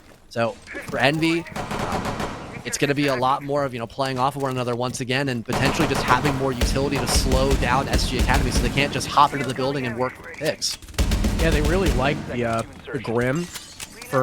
Grim has become a really popular operator for those cocktail takes now because he's kind of that pseudo Capitao where, yeah, the fire isn't going to kill anyone, but you do have like perma info on the guy, which is still incredibly useful. But this time, TrevMac, instead of the pseudo Capitao, he'll take the crossbow man himself. So he's got those fires, he's got those smokes. I don't really know necessarily what prompted the change, because I think they still did good enough with the Grim, but it just feels like bringing the Capitao. Oh, maybe it's the LMG. I didn't even realize he's got the he doesn't have the para. As the M2 with a lot of bullets, so I'm sure he's gonna have so much fun playing on these window repels, not being able to waste time reloading, I suppose. Might see a hop out here for Kiru, potentially. I'd imagine him maybe even using his Kajimi to slow somebody down stuck on a rappel. That'd be pretty funny, but so far that's not going to be the case. Instead, maybe working his way underneath with some vertical pressure in case something happens over by the train side of the map. And for SG Academy, they are still taking a lot of time, of course, to get the ball rolling, of course, but it's going to take a lot more effort for them this round because they're going to focus more on the vertical and setting up for that cocktail plant with, a lot more utility focus with the Capitao and, of course, Buck and Gridlock being in play as well. So that's all par for the course. They'll just have to focus, of course, on the roamers before it's safe for them to get vertical down. Diffuser was taking some very early gunfights, and SSGA know that this Solus is not something that they can ignore. Aimkey, all he has to do is wait, and eventually Diffuser crosses his path. Great first pick for SSG ACAD on a good player and an even better operator. Now, I think a lot of their worries have been dealt with. The main thing now that they're going to have to worry about when it comes to plant denial is, once again, the C4s. Envy unsuccessful last time, though they did get the kill on the TrevMac after the plant went down, and Kobe lands a beautiful shot, another onto Aimkey. Despite there being perfect info on him, SSG ACAD still cannot pin this guy down. Free nitro cells as well. Great way to stop any kind of plant from going down, and Focal has no idea that the Mozzie's playing right beside the laundry doorway. There's no one left to really gather info besides Jetcon. He's more focused on that top floor. This could be a great spot for the Mozzie to work another pick. You're right, Jetcon's the only man still with drones who's left alive. It looks like SSGA are going to forget about that Mozzie and try to work upstairs instead, and that's where Jibo's going to get a kill, a triple for Kobe as he finishes Focal, and TrevMac just has to try and go for something, but it's a fool's errand. Envy take their second round. We're back to 2-2. And SG Academy, you mentioned it, they weren't doing anything wrong necessarily. They had info, they had two people hunting down the remnants of that roam down below, but missing out on some crucial gunfights will allow for that Mozzie to thrive in the basement, or not the basement floor, but the middle floor on Kafe, working 3 separate picks. And of course, with there still being that active threat of someone down below, you can no longer safely plant. There was no pressure by Piano, so you even had, I think, the Tube Rouse still playing off of those kill holes between the site and Piano, of course. So a lot more consideration in that round by Envy, expecting either another cocktail plant or just an attack more focused on playing for the objective. And because, of course, they were able to stop that, no worry about a retake, which has still been the weakest link for Envy so far. As long as they can have that early round aggression, working those initial picks, whether it's either from Kobe or Kiru, for example, they tend to be a lot better in the end round just because they're starting on the right foot. That's been the theme so far. If SSGA can actually get themselves in the bomb site, they end up winning the round. They're 2 for 2 in plants when it comes to their round wins. Or I should say they're 2 for 2 in post-plant victories. But if Envy, if they get like any kills on that roam, SSG seem to flounder.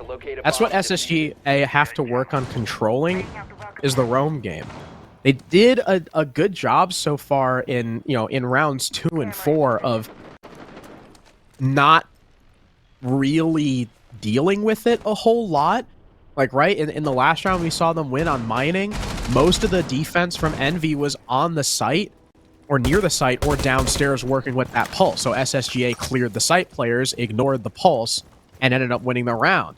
Then on Bar Cocktail, right, they just went direct. They didn't worry about the roamers. And I think that's something that SSG ACAD have to continue doing. They need to make sure that Envy aren't going to get these free picks while they try to roam clear. Just go direct to the site, make Envy retake. Not gonna lie, I thought Kira was gonna win that fight when hopping out. Me too. Luckily, there was someone there. Yeah, luckily there was some natural cover, so there was no chance of that for Kiru, but of course he didn't get killed by JetCon, so still an even man count. As of right now, SG Academy, I believe realizing that it's going to be more of a bunker-focused composition with there being some presence on the middle floor to stop any kind of plant from going down if it's another bakery clear. With SG Academy kind of realizing that, I imagine they will just try to get bakery control as quickly as possible. They have focal on thermite, so it's going to be no problem opening up that wall so long as there's nothing to deny it besides the cute jammers. And also making sure they can get rid of this Fenrir, who's playing a little bit closer towards the house, or pardon, towards the main site double door, and gets shut down instantly by JetCon. But again, that top floor presence still going to be problematic as Kiru is top white with a shotgun, and he kills Vil as well, who is really the only person who could help maybe assist in terms of breaking that utility deep in a sight. And that was a nasty shot by Diffuser. You've got to be kidding me.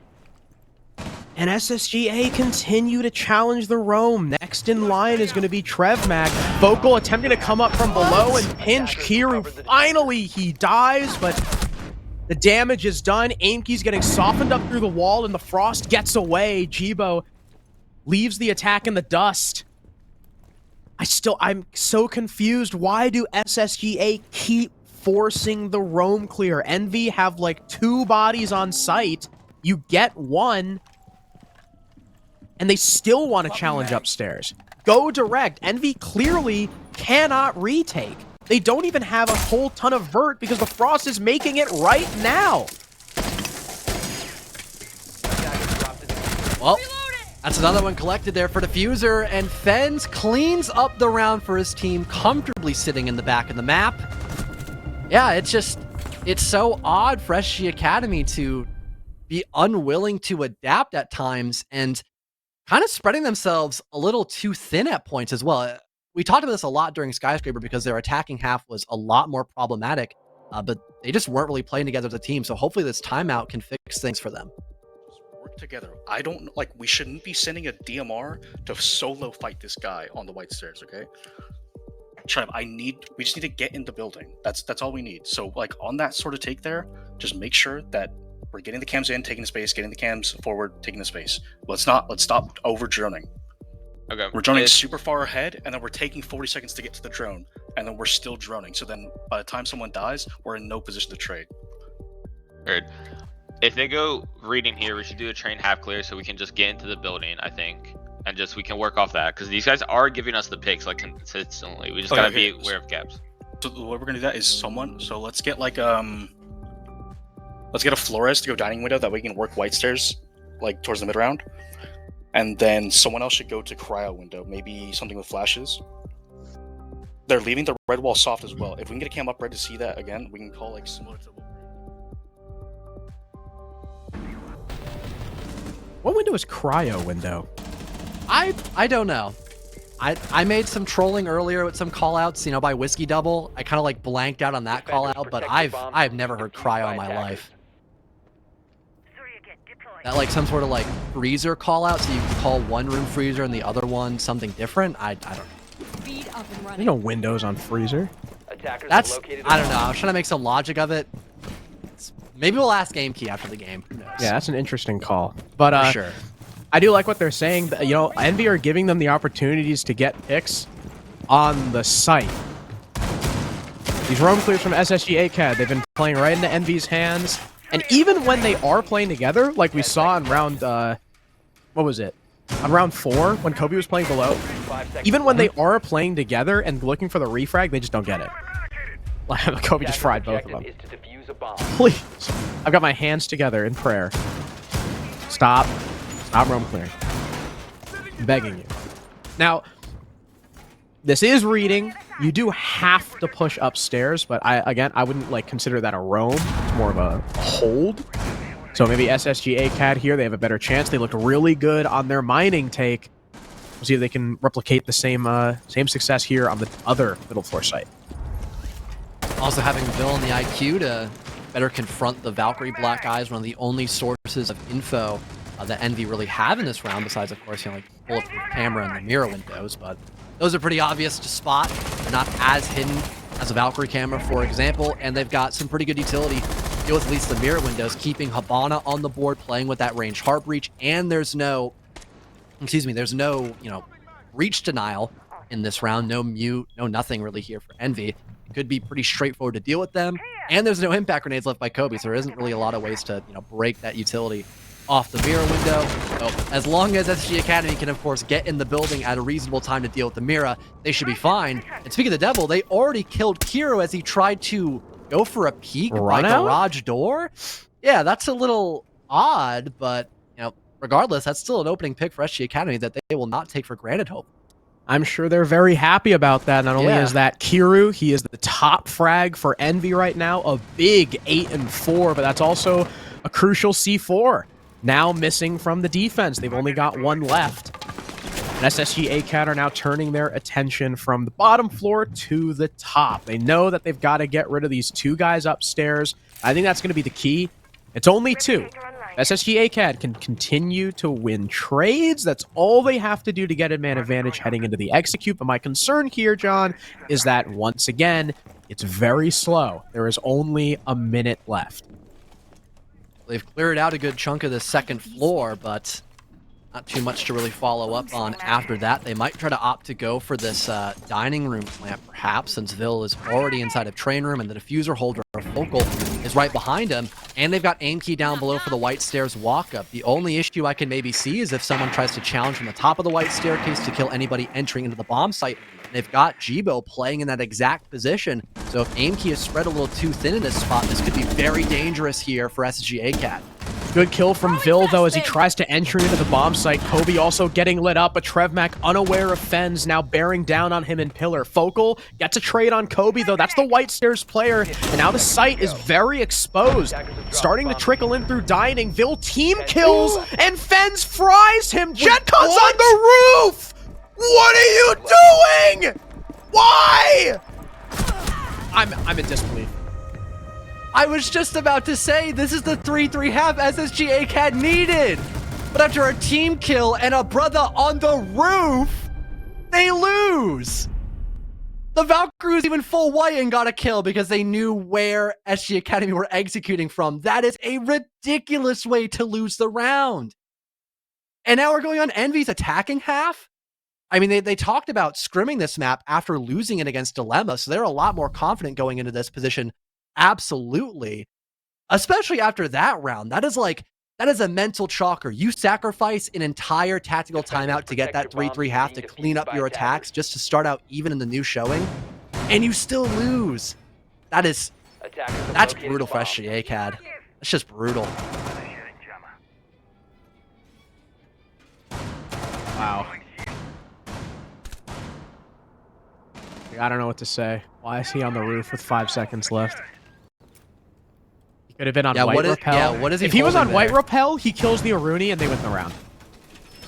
Like, just hold something useful. Well, I guess the guy dropped laundry, so not really. But if he comes up White, he gets the crossfire. I don't know. There's anywhere but there. So many better places to be. But, I mean, hey, SS here on the defense. They had an incredible defensive half on Skyscraper. It's not over yet. Unless, Envy end up being attacking Dons on this map. We'll have to see. They'll try to attack on Kitchen first. They've got both the Sledge and the Buck. Operators that were missing from a lot of those Kitchen attacks. Not that SSG ACAD didn't bring them. They were just dead by the time that they were going to be actually used. I'm still like in shock. Well, I still can't believe last round was like a real round that happened. Still trying to absorb that. Chat, it's like the 5 stages of grief. Was that really real? Chat, he's in the denial stage. It's getting real. I mean, I'm sure we'll accept that eventually, right? Surely. But gotta work my way through Dabda. Envy, of course, like you mentioned, with the emphasis on Sledge and Buck. Probably going to clear out the entire map, only having secondary hard breach for the hatches that are a bit closer towards the bomb site. And the Grim, I definitely like seeing that as well. We saw a lot of Grim in play by SSG Academy. I could imagine Diffuser will be primarily using those Bs to push back SG Academy, able to make some space off the help of that vertical, and then hopping down into sight to then seize the guy with the case. Fens as well using Lion. That's another great operator to make space, either clearing out the map with vertical, maybe using that in tandem with the Skeleton Key to work some kills, or when they plant the Diffuser, making it even more challenging to play, of course, for the retake, or to stop that from going down altogether. And with Envy dealing with zero resistance, by SSG ACAD, they have a lot of time to get this vertical down as well. Things are going according to plan, I would say. Much faster, much smoother than SSG ACAD's attacks. Now these anchors are going to start to feel very uncomfortable if Kieran and Kobe do their job good enough. I mean, they should. They have both Sledge and Buck. None of this floor will be remaining, except... All right, except Kobe's downstairs. He's not helping with the vert. It's all Sledge, and Fens is straight up just pushing Focal and wins the fight. There's no crossfire from Freezer. There's at least one trade from Whiskey, but it's very short-lived as Trevmac is traded out. They have the Freezer wall open, and they weren't holding any sort of crossfire. They just left Focal on an island, and now their Echo's dead. Pretty much your only op that could have been used to stop a plant since there's top floor control, making the Solus a little more useless here. 30 seconds left to go as well. And there's two people off site as well, Harrison. If Envy wanted to, they could just walk in and plant. What a pinch on the coat check player as well. Jibo's down. Jekon's going to need to clutch essentially a 1v3. Already he's got that one kill. I think it was on Diffuser, but the time is running low. Envy have got to get a move on. I don't think they have time to pick up Jibo. He's all the way in coat check. The plant is going down, but they have the vertical coverage from Kiru. This is what's going to win them the round as Jetcon comes in through the doorway. Kiru kills him from above, and Envy are up 5-2. And I talked about both the Grim and Lion being used to create space or at least isolate defenders. And we saw both those operators in tandem to isolate the Echo and then instantly trade once the Whiskey player got a kill. That was Trevmac who was soon to follow their death after Focal had died because of Fens. That was phenomenal coordination by Envy. And they doubled down on that by also working together to kill Fenrir and Kochek. So the only defender that was left alive, stuck inside a bakery, had not only the vertical to worry about when the plant was going down, but theoretically speaking, had to worry about Kochek. It took him like 5 seconds to realize, oh, they're not holding Kochek because the guy in there was down. He might have not known that, but either way, no one was technically holding Kochek. So that spent so much time left for the offensive Envy to not only get the plant down, but also have the Sledge up above of Kiru, I think it was, win that gunfight because he was able to set himself up to watch his teammate get that Diffuser down. Phenomenal coordination by Envy. And again, if we had maybe seen SG Academy waste a little more time on that roam, things could have been a bit more problematic. 5 seconds to insertion. I think SSG are dead in the water. I'm just gonna say it right now. Ow. I'm calling it. That attack was too good. And SSGA, I mean, again, it's not just that they lost. Look at how they lost. That Echo was alone. Why are you leaving of all operators? If you're going to have him play in VIP, he cannot be alone. They have the freezer wall open, and there's no trade. You have a guy in Whiskey Bar and in coat check, and Vil isn't playing the long haul to try and trade out Trevmac. I don't know. I think SSG ACAD right now are playing scared. I think Envy have intimidated them into submission. And if your back is against the wall and this is how you're playing, you've already lost. Wasn't expecting that one on my bingo card today, but all right. Seems like SG Academy are just hoping for the best on this top floor extension, having a lot of utility to bolster up the Wamai's position of Jetcon playing right behind C1, even having the magnets as well for the late round to build up over time if the ADSs get cleared out, and that's a proper way of actually dealing with Capital, but seems like the magnets are nowhere nearby, so it's gonna probably just be another firebolt deployed. No, it's a grenade instead to push away Jetcon and the bees. Oh my god, so much utility dumped into one position, but it still works out because Jetcon's been dealt with eventually, and although you've got Jibo down, there isn't really anyone to work off of that pick, and Kobe finds another one as Envy just continue to put the hurt down on SSG ACAD. Kobe's been tearing them apart since map number 1. In comes the Grim. Trevmac will smoke him, and another for Trevmac. Give him the finisher on Jibo too as he falls back downstairs. Trevor may have just saved this round for SSG with those 2 kills and the finish upstairs. Now SSG leads by 1 man, though aim key is very low. He's tucked inside of mining. I don't think Envy have the necessary info to deal with him. Both Fens and Kobe are on opposite floors. It's going to mainly come down to Kobe covering from above, but look at TrevMac challenging the holes. 3 kills. Now leaves it on Fens in a 1v3 to get his team on match point. He's got plenty of time. 40 seconds remaining, but he doesn't have utility. TrevMac will finally be shut down. Now a 1v2 and Aimkey again. 1 bullet's worth of HP left on the Valkyrie. Focal has retaken above, and Aimkey is starting to make his move. Fen seems to have an inkling that the mute, or at least somebody, has gone upstairs in the Bucks' absence. There's only 15 seconds left. He doesn't necessarily have the time to go on the hunt. And as the time bleeds away, he gets the kill on Aimkey, and Focal knows all he has to do is hide. The diffuser has been recovered, but Fens can't get downstairs quick enough to go for this plant. Instead, he's sprinting around in desperation. Focal will finish him off, and SSGA have finally found the success on defense. Great job by Focal, just waiting for the Lions to retake the top floor, forcing himself to pick up that diffuser, allowing for SG Academy to clean up the round. But if not off the back of TrevMac and that hero play, we could have seen series point already for Envy. And that was just the, I guess, lack of awareness that TrevMac was hiding by the pallet's corner. If we had seen at least just a trade happen, we could have seen 6-2 for Envy. That was just kind of a wake-up round that SG Academy needed, and they'll opt to go into bar as well for the first time in this second half as well, with Envy opting to, well, they're probably expecting a bottom floor defensive hold, which is why they have, 2 sets of vertical operators. You're not going to have Jiba really be able to do much here as Sledge for this site specifically.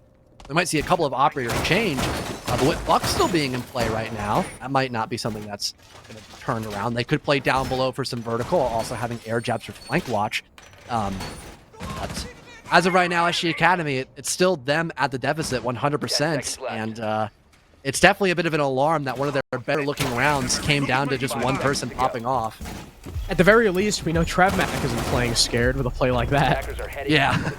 Now and I hope that was able to hype up SSG ACAD, right? We can't just have TrevMac being the guy going for plays and going for fights. Any good aimer in Siege will tell you it's not all about mechanics. You have to have the confidence. You have to think you're going to win the fight when you go for the fight. And if SSGA have lost that confidence, then that's why they've lost, before they've really lost. So I'm hoping that SSG ACAD have some of that confidence back. We just saw TrevMac go huge. Hopefully that's the spark to light the fire under them. Envy starting out once again, as you typically see for this map, top to bottom. Good old-fashioned Kafe attacking round. Kobe realizing there's really no one down below by the red side. He'll begin to move himself closer towards the new balcony and see what kind of extension they have to deal with by the piano side of the map. They have ranged soft destruction like the Ash and a couple sets of grenades as well, so that one deployable shield with most likely just those ADSs to cover is not going to be too problematic, but Kobe just walks in off of the Lion scan that goes off, and then it's him a kill on the TrevMac. That's the dock shutdown and an opening kill collected for Envy. And SSGA's current best player by a lot. Jetcon the next. Come under fire, down to now almost 50, but Vil still inside Pixel, misses his chance, lights up Diffuser, can't find the kill yet, and now Aimkey's on the floor. Things are going from bad to worse for SSGA. Focal's got to step up huge with the 81, especially because Vil is stuck in this bathroom corner. He is relying on Focal to, at the very least, get his trade, but Vil instead, back to the wall. Steps up with 2, another for JetCon. Focal downs Kobe, 2 for Focal. SSGA look like they're back. Close call at the beginning when you saw that aggression by Envy, but having such strong anchor operators to hold down the line when needed, they'll still stay strong inside of Kafe and shorten the distance they have of tying us up 5-5, now going into mining room. I believe for the first time in this half as well. It's been mainly just kitchen and reading up until we saw the 9th round of Bar, where we finally had SG Academy have a really strong round against Envy. So this could be the moment where we have things a little more evened up between these two teams, where Envy was, starting out really strong on Kafe. They've slowed down quite a bit. And it looks like SG Academy will try to keep that same habit of having a lot of just powerful operators for the late round. They've got JetCon once again back on the Warden, like we saw him play almost religiously on map number 1. And Focal still rocking the Maestro as well. But of course, since you have to extend up above to any kind of position when defending this bomb site of Mining Room or Reading respectively, they are still going to have some roamers. They've got Trevmac on Alibi. They've got Bill with Valkyrie. So a lot of info can be gathered as well in this round. But because of that Maestro, I think we're now seeing the Brava and IQ combination, so they can counter the Valkyrie, but also have a lot of opportunities to have info of their own from either the Maestro or default cams, which are also pretty powerful if you can have them in this round. Of course, we can't forget Maestro received a buff. He's got 3 cameras now, so even more targets for this Brava to go for. And the power of Brava comes in not only do you hack those cameras, but you make it incredibly dangerous for the defense to deny those cameras, because a lot of times those BPs and Evil Eyes are set up, where they can directly watch an avenue of attack. Are you really going to risk exposing yourself to, where the attackers are likely already coming from just to punch that camera out? It's really tough to deny Evil Eye or bulletproof info.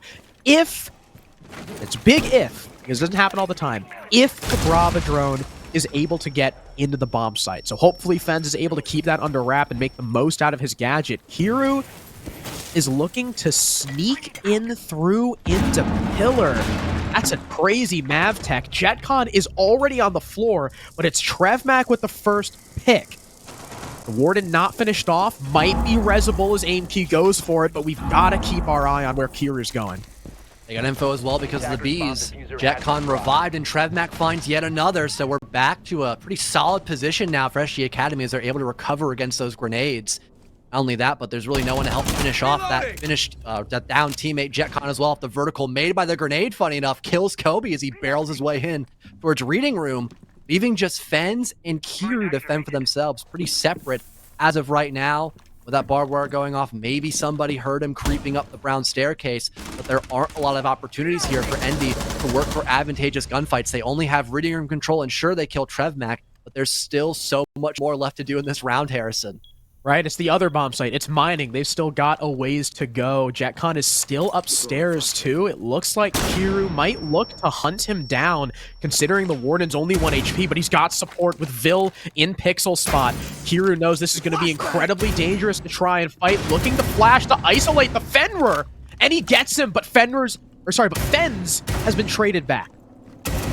JetCon behind C1 has the perfect spot. Kiru has no idea. And SSG ACAD, ladies and gentlemen, they don't look scared anymore. They look in control.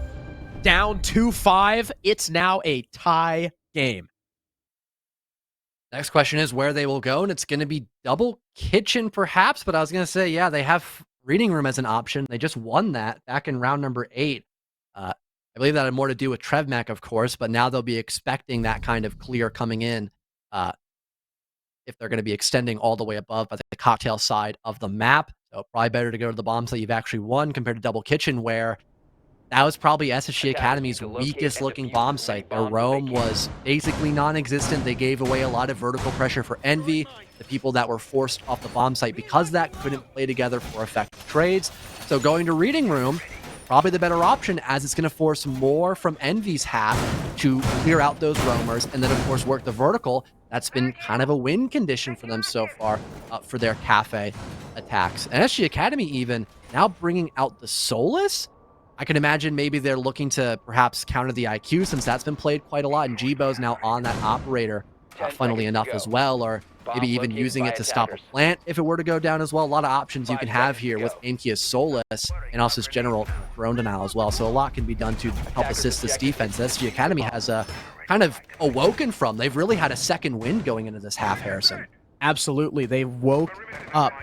My one concern here, though, is that Envy's initial attack onto Reading started out incredibly well, right? Trevmac hiding in the corner was able to bring things back, but if not for that, Envy would have more likely than not won the round because of how impeccable the start was. Kobe Lax got that opening pick on a Jetcon. He has been incredible on the entry so far on this attacking half. In total, he's 2-2. Those 2 deaths were on the defense. On the Ash, on the Buck, he has been a wizard. Even on Skyscraper, Kobe was incredible. We'll see if we can have that resurgence, not just by SG Academy, but also Envy, as they will look to once again deal with this primary push leading in through the cocktail side of the map. They already have control of top red, for example, making sure no one's going to flank up that staircase for the time being, as they're still setting up that soft destruction to maybe force away Jetcon. But Vil, inside a freezer, is going to eliminate Kiru. So a bit of that range soft destruction now shut down, but there are no shields, so it isn't the end of the world, besides the fact you're losing your primary fragger in this matchup as of right now. And so far, it looks like Envy have kind of come to a halt. Sure, they're getting ready to clear out that freezer side of the map, but as Vil rotates, he finds another, and he even shuts down Fens. A beautiful play by Vil, and he gets out with his life. Jetcon will follow suit, as well as the user will get eliminated, and now that's just Jibo left in 1v4 as he kills Aimkey walking up red, but there's so much left for him to do. This might be match point for SSG Academy in the making. They're still holding a crossfire in this cocktail double, and the Fenrir mine is here to keep Jibo at bay, and the passivity from SSG ACAD just taking the info, knowing they have Case. Vil in the corner ends up going down. Jibo knows where the Fenrir's at, but Trevmac does not let him slip by. This is what we're talking about. Confidence from SSGA, 3 kills from Vil, and now map point. Yeah, Vil walking around like he owns the place. That was beautiful by SG Academy, not allowing Envy to set up. We talked about it so many times when Envy was defending on Skyscraper, how they were just allowed free kills. We're not seeing that anymore because that confidence you talked about so specifically during that round, Harrison, seeing people actively contest Envy when they're trying to work map control, that doesn't allow them to set up for the late round because they've been, so flat in their initial entries or just doing the initial tasks that you're required to as an attacker on any map. Because they've been so flat in that department, that really sets them up for failure in the late round. And of course, when SG Academy is allowed to have an early successful round in the defense, that can make them play a little more passive in the late round, allowing for more mistakes on the side of Envy. This has been a well-needed resurgence by SSG Academy, and now they're on the cusp of maybe bringing us to Oregon, which I think we talked about this earlier on the desk at least, Harrison. They are a slightly better-looking team when it comes to that map compared to Envy. SSGA played it against Alpha Etheris. They won 7-5 after going up 5-1 on the defense. Meanwhile, Envy against Dilemma, they should, in retrospect, should have probably lost that map, but Dilemma let them come back. So that Oregon might lean slightly in the favor of SSG ACAD, but we got to get through this round first. We have to get through Kafe. We're back on bar. The first try on this defense. They've only played it once, but it looked good. Their backs were against the wall, and they sprung up and caught Envy off guard. It was another really good start from Envy with no finish. SSG ACAD, so far in the past couple rounds, have figured out how to dominate the early round, and they're going to need to do it again. Well, the Warden able to dodge these flashes, but his shield blown up, forcing him a little bit farther back. And look at this, Amaru shotgun close quarters. A lot of damage dealt to Vil, but he's still alive, but looks away at just the wrong time. And there's no trade collected. Envy start off with 2 solid opening picks and piano control with the Lion scan going off. They even have info about the freezer player almost allowing another kill to happen, but Focal dodges that angle and allows himself to be a little bit safer here, tucked deep in a freezer. There's the change we needed to see from Envy. Get freaky. Get unpredictable. Phil clearly did not expect there to be an Amaru in his face, and Trevmac did not expect B1 to blow up in front of his face, giving Diffuser the kill. Focal has the first frag for his team, and another from Jetcon, the follow-up. Looking for another, but Kiru, wow! Drive-by with the SMG-11. Focal is now stuck in deep freeze with nowhere to go. 2 players bearing down on him. The pre-fire from Kobe lands, and Envy have secured overtime. They get another chance to win this in 2. And I was really wondering, Harrison, I was like, they have an Amaru, but surely they will not go for a Heaven drop-in, because Envy have been so reliant on Heaven and cocktail repels that it would seem a little stupid to put such a gamble play on something you've already done essentially now 2 to 3 times. So where's the Amaro going to go? Well, I guess they're going to hop right into Piano through either a hatch or a window repel and just blitz their way into Bathroom once the shield's gone. That was really effective coordination by Envy. And like you mentioned, it kind of took SG Academy by surprise. I don't think they were expecting that kind of aggression to push away the Warden the second that shield had went away. It was, if you blinked, you would have missed where the Amaro had came from in that round. And clearly Vil was not expecting it. That's an opening kill instantly for Envy, and they stopped the trade as well, so they were not slowed down whatsoever. That was the aggression that we had been, kind of missing out on for that entire second half. But Envy having a couple more attacking rounds to go through before they have a chance of stopping Oregon before it becomes a proper threat. And we'll see that bottom, or I guess middle floor bomb site part in Mining Room is back in play of SG Academy, which has been a really problematic site for Envy so far.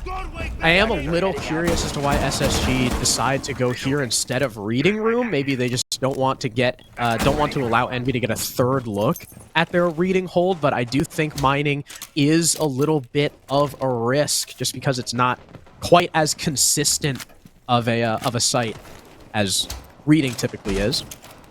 TrevMag making use of the observation blockers to support clones.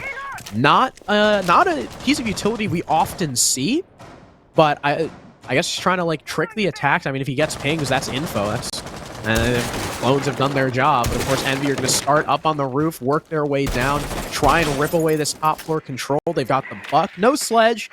So this verticality is all going to rely on Kobe. Hopefully he has a little more survivability than Aimkey did when he was playing the same op. Also, like TrevMac trying to play off his clones as well in case someone just shoots an Alibi Prisma and they see Alibi once again. That could be a really hilarious way for SG ACAD to start off on the right foot, perhaps. We haven't seen that confrontation just yet, as Envy are a little more concerned about Cocktail as of right now. And there it is, Prisma shot, forcing Kiru away, but TrevMac cannot play off of that info. So we're still at that current stalemate. Now that the Buck has entered in, they could try to play off that with a soft wall right next to him, but no, TrevMac overextends into Kobe's line of sight, and that's still the opening kill regardless for Envy. And wow, the AC cutoff smokes Vil, and the only response they have is from Jetcon, who almost gets shut down, but he wins another playing tuck behind pallets. Big gamble from TrevMac does not work in his favor, but luckily Jetcon is there to make up for the mistakes of his two teammates. And Aimkey is going to get close on the door, but Envy deciding maybe they don't want to tussle with it. We've already got people setting up outside Mining. Jibo gets caught on the drone, but Aimkey loses the fight anyway. How do you let that happen? Jetcon is now alone upstairs. Maestro is alone on the bomb site. Aimkey had the perfect opportunity to kill the Hibana and lock down the round, but he whiffed. And now Envy have a chance to come back, do the impossible, and win an attack to start overtime and put themselves in an incredible position. 40 seconds left. You hear that all the singing in the background. Jetcon at least able to get off that realm above, can maybe assist his teammate. There was info for Diffuser, but it doesn't work out for him. And Jetcon now having this deadly angle, make it 4 for the Warden. Jetcon still doing so much work for his team, now leaves the Habana in a dire position. And Jibo's cut down to below half. Jetcon now backed off into the corner of Dining. It seems like Jibo might know. He uses the flash to cross all the way into Mining, now hunting down Focal inside the train, but it's Jetcon with the ace to bail out his team, and SSG ACAD come back in the round. They come back in the map, up 7-6. What a recovery by Jetcon as well, going from baiting on the hatch to finding all 5 kills in a round to secure match point once again for his team. That is impressive for SSG ACAD. But at least Envy now have the opportunity to go back to the defense, which was their better half, and not have to worry about Mining Room anymore if they can win round number 14. It's Double Kitchen, which again was a very difficult site for SG Academy to win. They had a really tough time clearing out those top and middle floor roamers. They were way too isolated and just tried dissecting the entire map all at once, which spread themselves really thin. So unless they can work as a cohesive unit in this round, I can almost guarantee we see a full max OT position here on Kafe Harrison. absolutely. I definitely agree with you. I think it's very much in the cards. SSGA, we need to see a completely different kitchen attack than we've seen any of these rounds thus far. They've got the buck in play once again, John, so I imagine we're going to go for a top-down, which I feel like is a mistake. Every round that SSG ACAD have challenged the roam from Envy, 5 seconds remaining. they have gotten crushed. It's not even Attackers have close. discovered the location of a bomb. And they're going to have to do it again if they want to use this buck. Unless, for some reason, the buck is like solo pushing and just to hold a cutoff, and the rest of the team goes bakery direct. I imagine this is going to be max OT just because SSG ACAD have shown us so far that they cannot clear this roam. And looking at the next round, we'll probably see Reading Room, but that's been a site played now several times by SSG Academy, so there is really good opportunities for either team to win map number 2, whether we go to Oregon or not. That's probably the bigger question in this moment.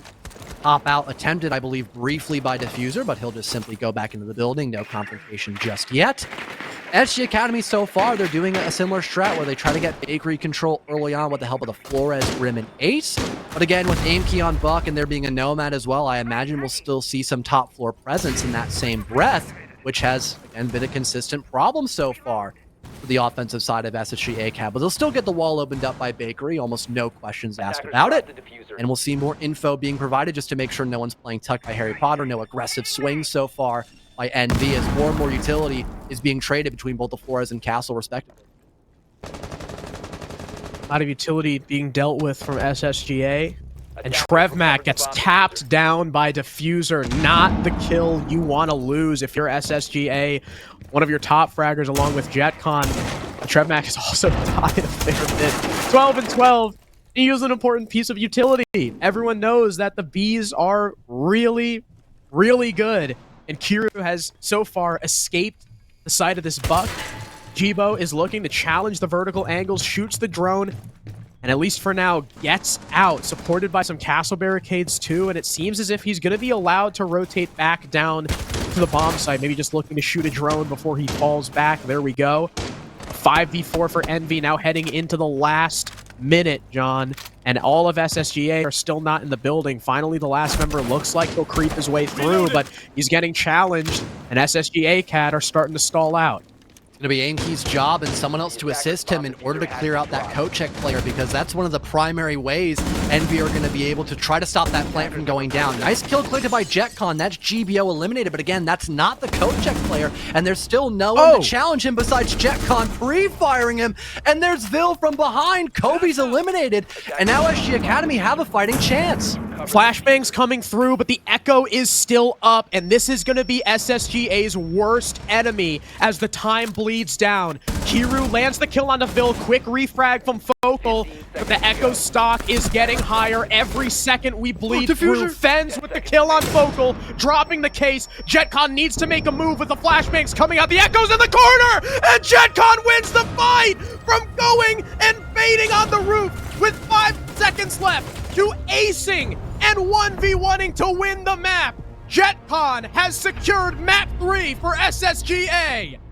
And the big problem that they had every single time for Kitchen was the inability to clear out the other half of the objective, and they're finally able to do it despite it taking the entire round. It's still a win, and that's still a map that will go their way, allowing us to see Oregon for a full best-of-3 throwdown. And it was off the back of, again, a great recovery. They had a much better chance on the attacking half. Sure, they did lose that 3-3 half that we were kind of hyping up that they needed, but 2, still better than 0 like we had seen, unfortunately, on Skyscraper. That allowed them a little more breathing room going into the second half and giving them the ability to still win this map.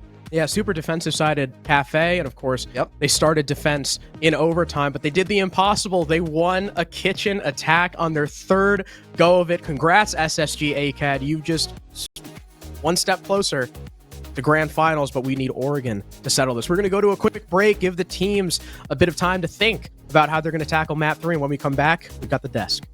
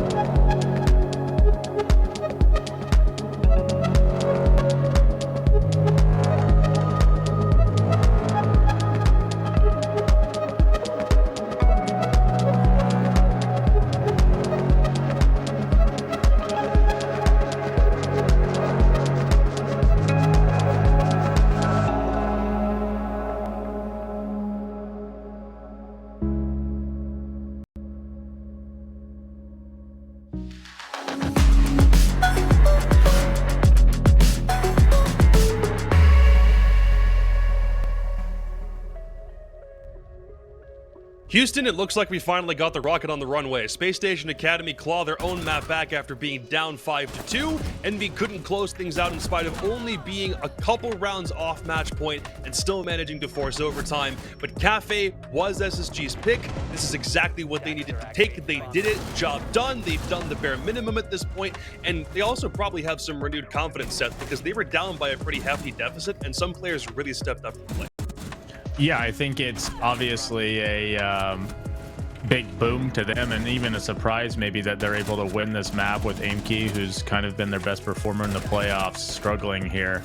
And you know, it was like we said before this match or this map started, all you have to do is win your map. In a best of 3, it doesn't really matter what happens on the other map. They take care of business on their own map, and now we head to a map on Oregon where I think it really could be anybody's game.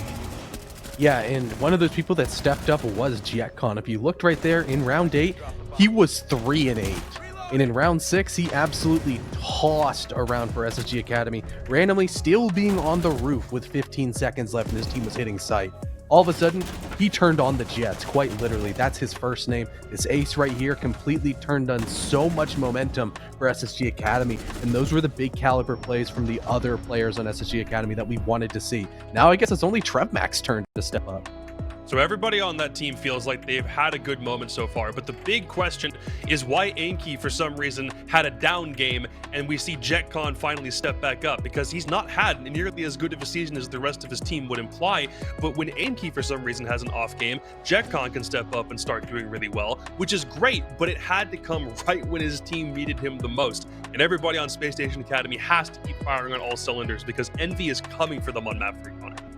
Yeah, and map 3 being Oregon, it's the great equalizer. It's just going to come down to who is the best team back down to the fundamentals. Sure, for Envy, it's not even necessarily a bad game. You're not on a map that you're that comfortable with. They looked even better than they did against Dilemma just a few days ago, but it wasn't enough to win the map choice of SSG Academy. Hiru, great game. Everybody else, solid. I mean, Kobe and Aimkey are pretty much getting canceled out. That was our player comparison. That was who we thought were going to be the big step up players, but sometimes when you have two just big pieces, they cancel each other out, and it comes down to the other 4 players and who's going to step up.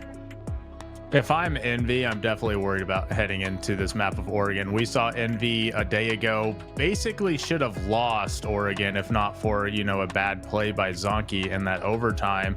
And SSG Academy beat Alpha Theris on Oregon, and even amongst, I think, pro teams, Alpha Theris are pretty well known as a solid Oregon team. So, you know, for the #1 seed Envy here heading into this last map, maybe without even the momentum, obviously, with SSG stealing this one away in overtime, I think there are big question marks if Envy's tournament ends here, or if players like Kobe and Diffuser kind of refuse to lose. Okay, but we can continue to set the stage here a little bit, because the thing we've kept highlighting is SSG Academy and attacking struggles. So far on the day, they've only won 3 rounds total on attack when they've had multiple chances to win considerably more. They will be starting on attack on Oregon, which is immediately going to present a couple of problems. If they can't demonstrate attacking proficiency on a map that, again, should be ingrained at the back of your playbook by this point if you're a competitor in Tier 2, if they can't get Oregon attacks, is this thing done and dusted, Connor? Is this thing over if we don't get a good first half from SSG Academy? It is very possible, but once again, we say that Envy, you know, they've been so great on attack. They haven't been nearly as strong as we would have expected, and I've liked a lot of the principles that SSG Academy are bringing on their own defenses. Their site play has been phenomenal, especially where they're hitting this mid-round is where Envy can, sure, maybe get a little bit going. We saw it so many times on Kafe. They get the first pick, they get the second pick, you're like, oh yeah, this is an Envy round. All of a sudden, boom, they explode. There's a retake up a staircase. There's people converging on power positions, and all of a sudden the tide's completely shifted, and it's like a 4v1 situation. Seth, who do you like more in Oregon, just on the face of things? I hate to say it because I didn't pick them to win, but I'm kind of leaning towards SSG Academy here, mainly because I know what they can do on Oregon. They beat Alpha Theris on it, and to me, that does give you some credibility on it, where the only time we've seen Envy play Oregon, I really thought they looked iffy. They barely pulled out a victory over a team that, in my opinion, is not on the caliber of SSG Academy. So I think even with SSG Academy maybe not being the best on attack, Oregon's a map nowadays where it is more defender sided. And if you guys remember, Envy had like a really weird rotation on Oregon where they started kids, then they went basement, then they went offsite. They lost basement twice on their defenses. So if this is a map that Envy struggle on defense on, where everybody is kind of good on defense on Oregon, that's going to put more emphasis on these attacks, which, as Connor mentioned, Envy haven't really been as solid on this today. I think this is I want to see what happens here, because I think this is a big worry for Envy now.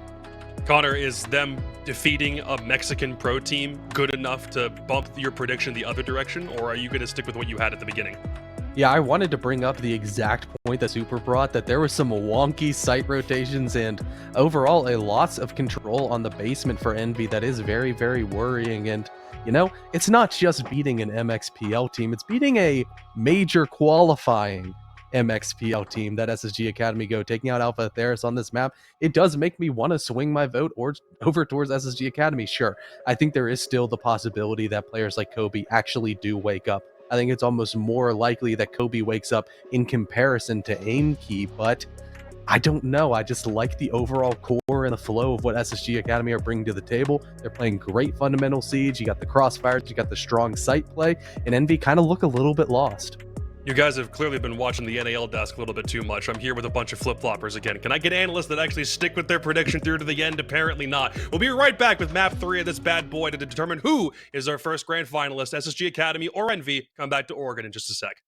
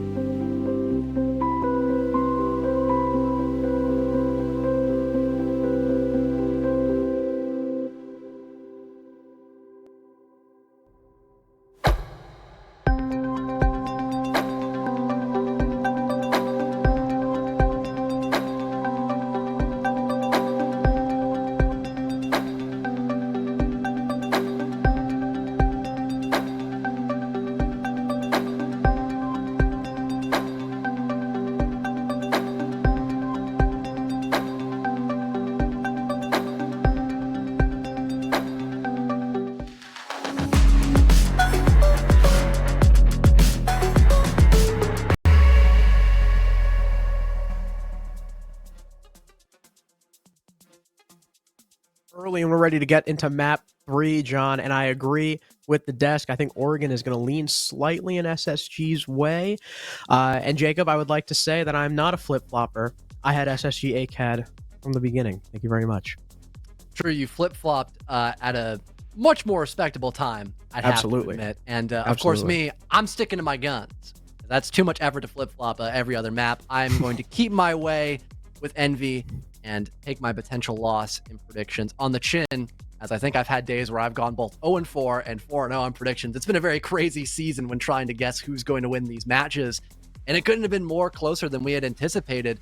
Heading into Oregon as well, they have both SG Academy and Envy have similar sides when it comes to round wins. I think it was 2 different 4-2 splits for each team, and the operator bans are a lot less targeted, and I would suppose a bit more normal this map. I guess the only outlier might be Solus, perhaps, but Solus has been played quite a lot in this series altogether. So I guess that's really the only target ban that we've potentially seen besides maybe Flores, but it's still a common ban for this map because there's so much utility he can counter.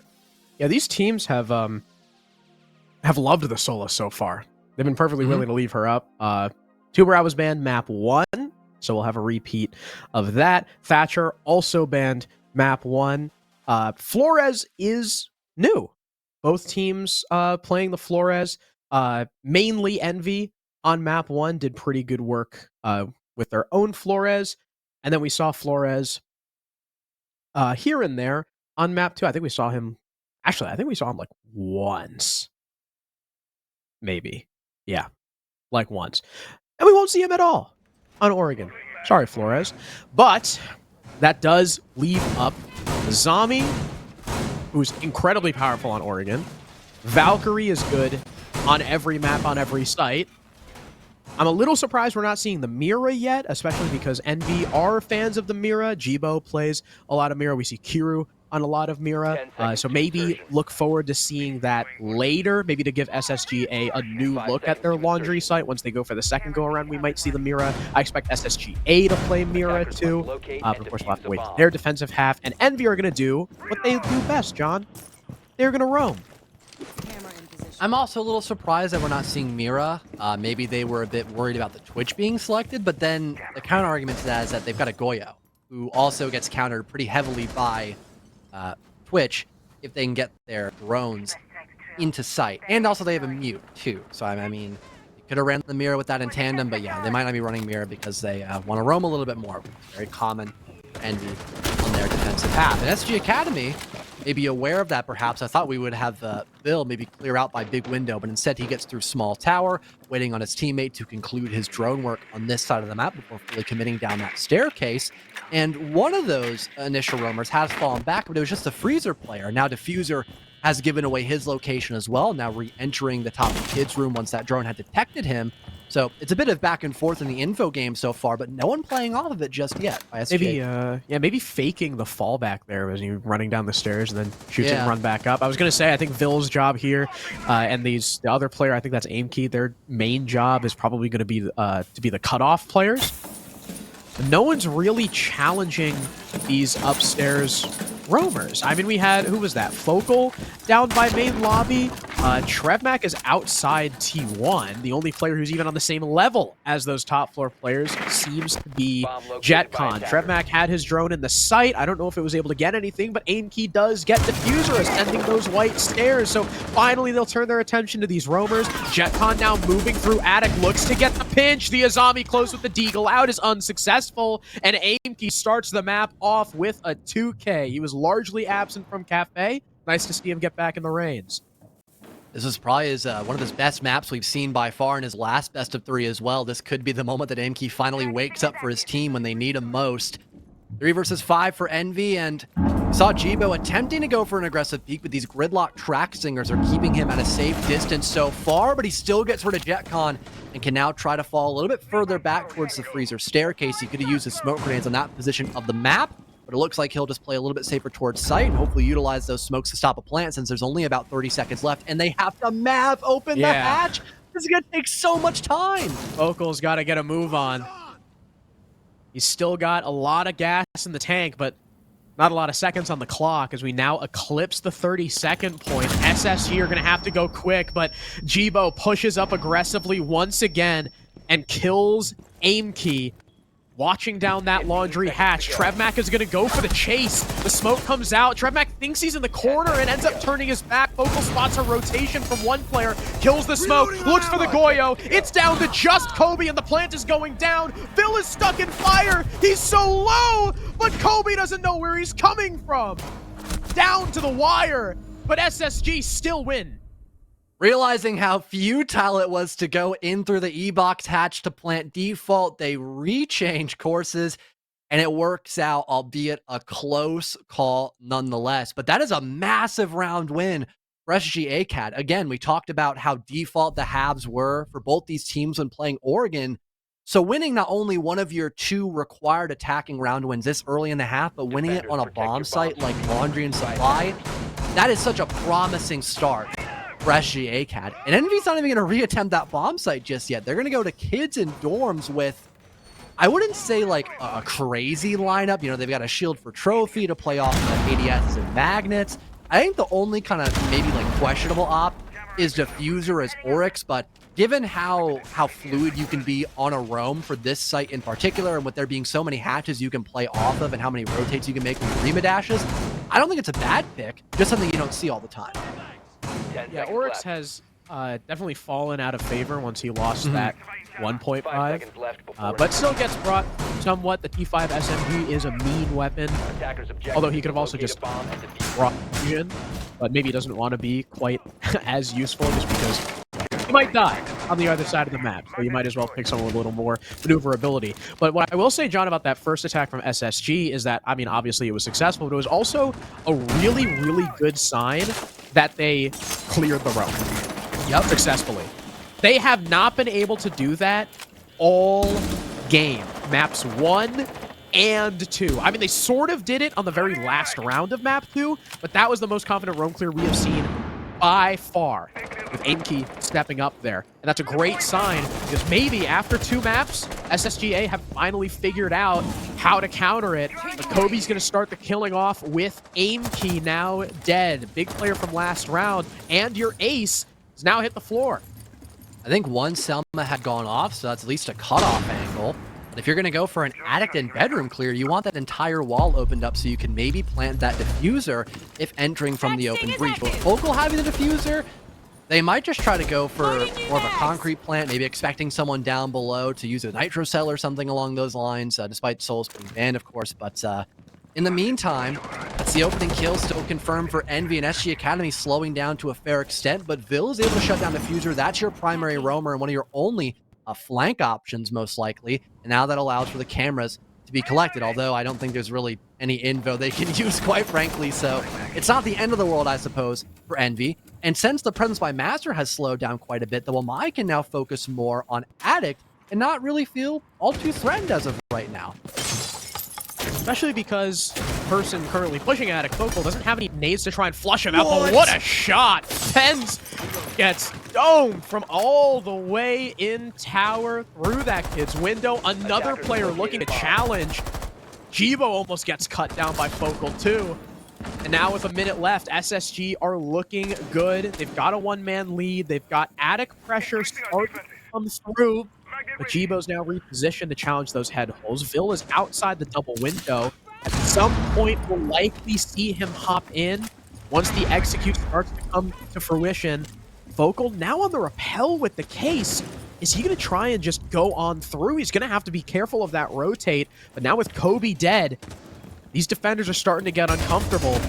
Jibo is running around every which way. He's got a lot of angles to worry about. The Lion scan comes through. Focal just saw the cross. He'll call it out for JetCon. Kiru gets 1 kill, but he'll need 3 more, and now he's full blind. SSG ACAD looking to act off of it. Here comes one from Attic. They've got him pinned down, and it's 2 attacks in a row. SSG ACAD are starting this map off beautifully. They might find a third as well. Envy looking a little worse for wear, getting later into the evening for this best of 3 matchup, and I think the only issue that SG Academy really had that round was just having Aimkey die, but he still got a part of the wall opened up. There was still some pressure created on that side of the map, and SG Academy didn't even need to put all too much more effort by the Masters side of the map. They were a lot more effective playing off that kid's window, having a very impactful cutoff, netting 2 kills, I think, for Focal on that side of the map. And that also allowed for the rest of their Attic players to then push in through that hallway and have time for people like, I believe it was Vil and JetCon, to rotate towards Big Window, which also netted a couple of kills. So theoretically, if SG Academy really wanted to play safe, they could have had Focal even hop in through Big Window and plant with some coverage in that side of the map. But instead, they put a little bit more commitment towards Attic, which still worked out because they had utility and a really coordinated effort to clear out those last 2 defenders. Envy now opted to go back down to the basement. It looks like they're playing a lot more bunkered with what operators are bringing, because now they have the Fenrir, they've got Warden or Rooney. So much utility to stop not only the hatches from being opened up, but also making it very difficult for SG Academy to take gunfights and effectively, win against those positions if there's a Fenrir mine detected. I'm a little surprised they swapped off the Goyo, especially with how late SSG ACAD are when it comes to executing. I feel like the Goyo is going to be a good pick, no matter what. But especially since SSG ACAD don't have the Twitch this round. But of course, no way Envy could have possibly known that unless they were cheating. But they're not. Don't worry. A couple players. I do promise. I know. Okay. I know. I can sense it that they're not cheating.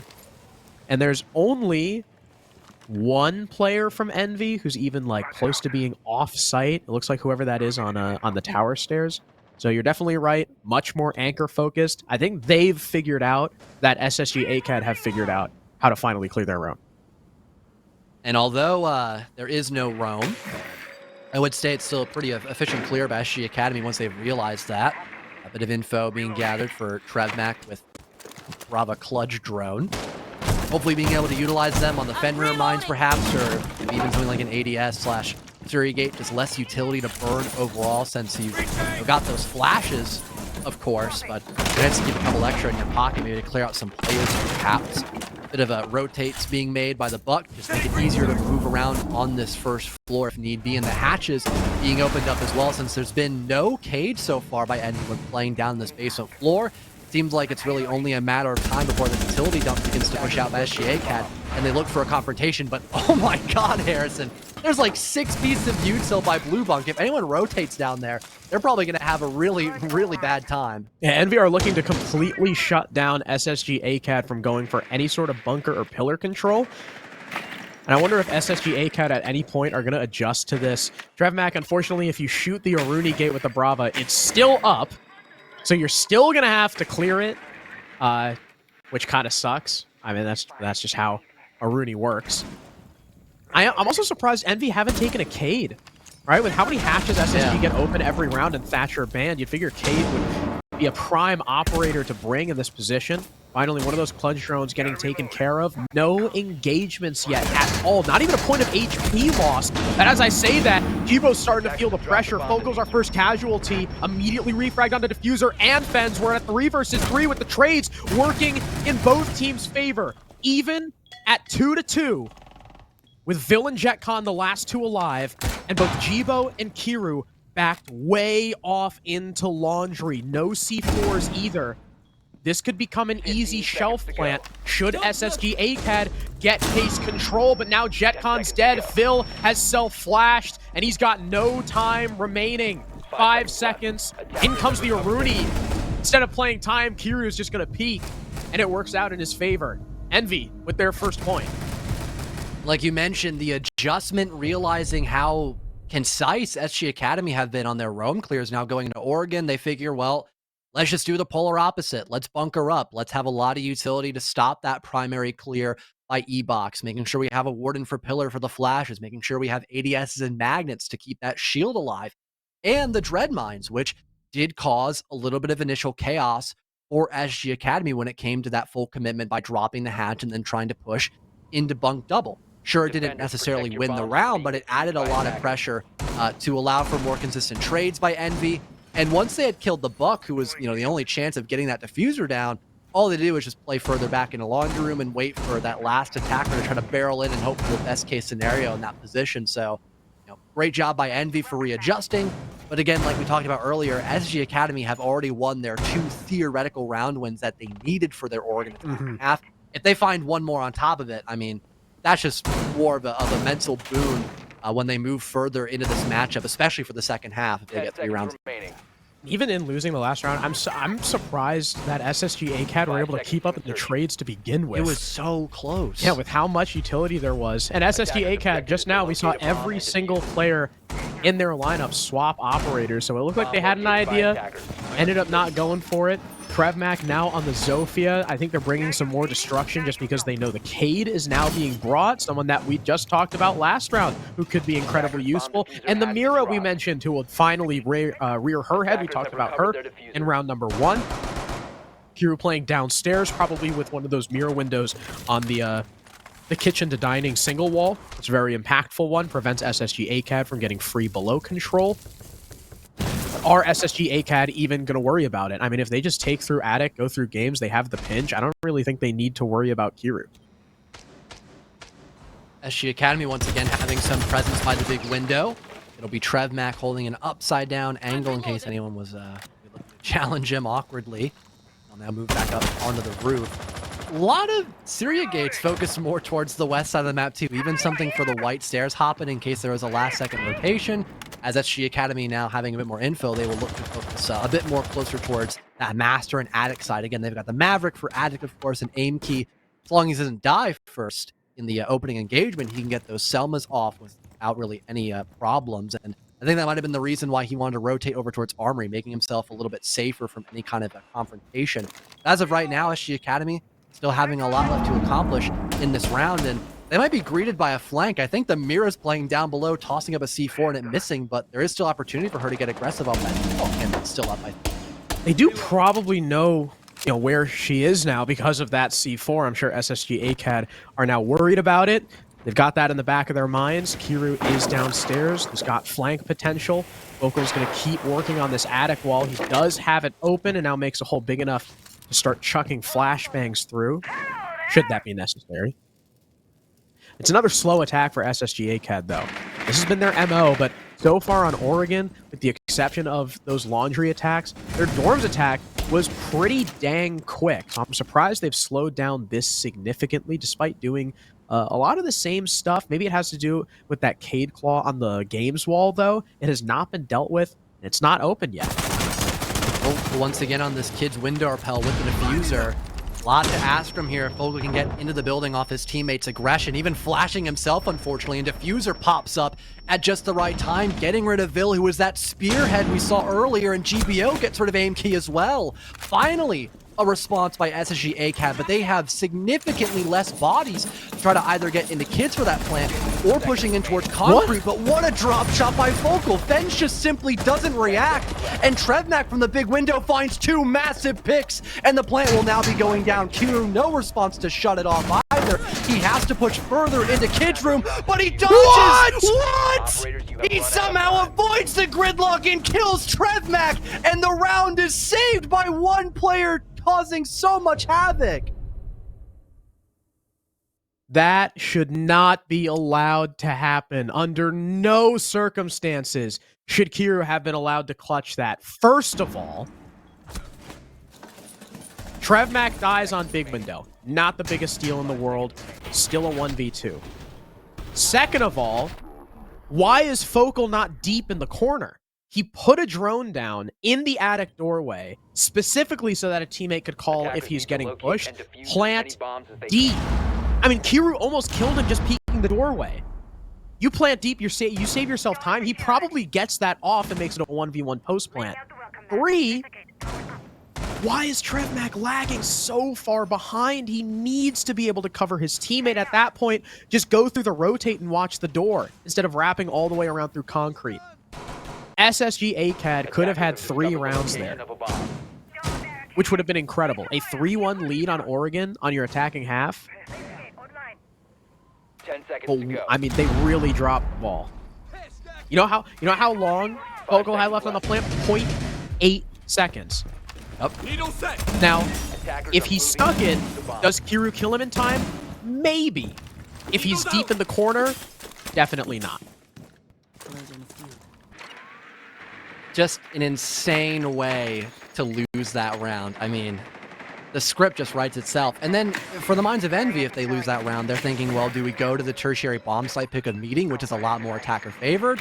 Do we, try something different? Or do we go back to kids for a third time and maybe lose it again? It's just little things like that make such a difference.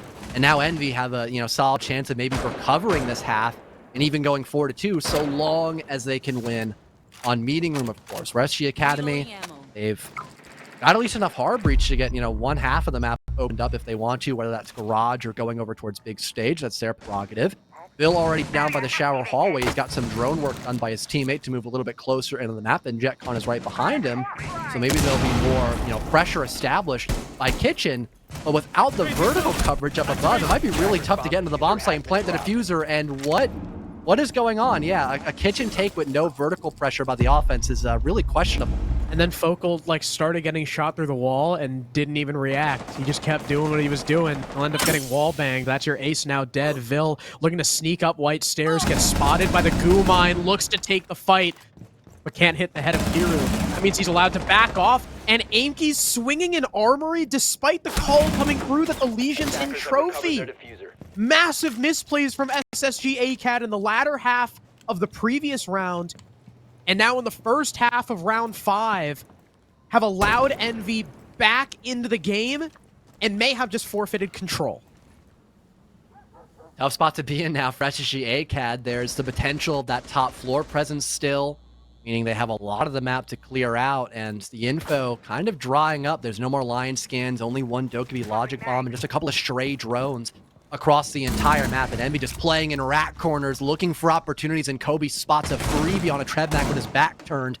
Bill now trying to work his way down the Z hallway, spots the Frost making a horizontal angle, but Diffuser's guarding that position as well, and it's flawlessly closed out on the tertiary pick of meeting room and kitchen.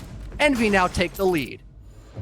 Terrible roam clear from SSG ACAD. Completely disjointed. Focal doesn't react to the guy shooting him on white. They should have info on that. I don't know why they didn't. Vil is solo clearing from white with aim key. Despite the info coming through that the Legion is in trophy, still swings through armory. If he just held that angle, they get the freebie on the Legion and they have top floor control. But SSG ACAD have now drastically misplayed the last 2 rounds, allowing Envy to come back and now take the lead. We're back on Laundry, where Envy seem to have figured out how to defend. They're running almost the exact same operator lineup, with the exception of dropping the Aruni and no, not the Wamai, the Aruni and the Cade. I think it was. No, they didn't have Cade. Never mind, it is just the Aruni. Everyone else is the same. Yeah. So Aruni for Doc. I was trying to remember if they had a warden or not. I was They like, did. I don't. Yeah, they did have a because warden. that was the guy playing Pillar for the E-Box drop. I was Yeah. like, why do I not think they had a warden? Probably because Ying. Ying and warden just kind of go hand in hand when operators play at the same time, funny enough. So I think my brain just kind of like skipped for a second there. But yeah, just Doc as the new operator. And I don't blame him. I mean, now they have an even better operator to anchor. You know, Brava is kind of an operator, doesn't really counter her in most situations, really, and now they're not even bringing her, so it's probably better just to have those stims and another good gun, just to keep your teammates at a really healthy position, and maybe have another chance, but, Well, there he goes. Never mind. Bye, Kiru. Isn't it? Nice knowing you. So no Doc stims, but hey, he put down a camera, so I guess that's just as much as an Aruni would have, except now there's, 3 less Surya gates. It could have been worse, I guess. And a lot less heals, too. That was just Kiru trying to go for a spawn peek, get his team in an early lead. We also have a Ying Sense coming through with a Warden on the board. Yeah, this is kind of a... Oh, speaking of the Warden, hold on. Almost gets chased down by Vil. Ends up leaving. Diffuser is going to be probably the linchpin in this defense if he stays up long enough, which he probably will, considering he's anchoring.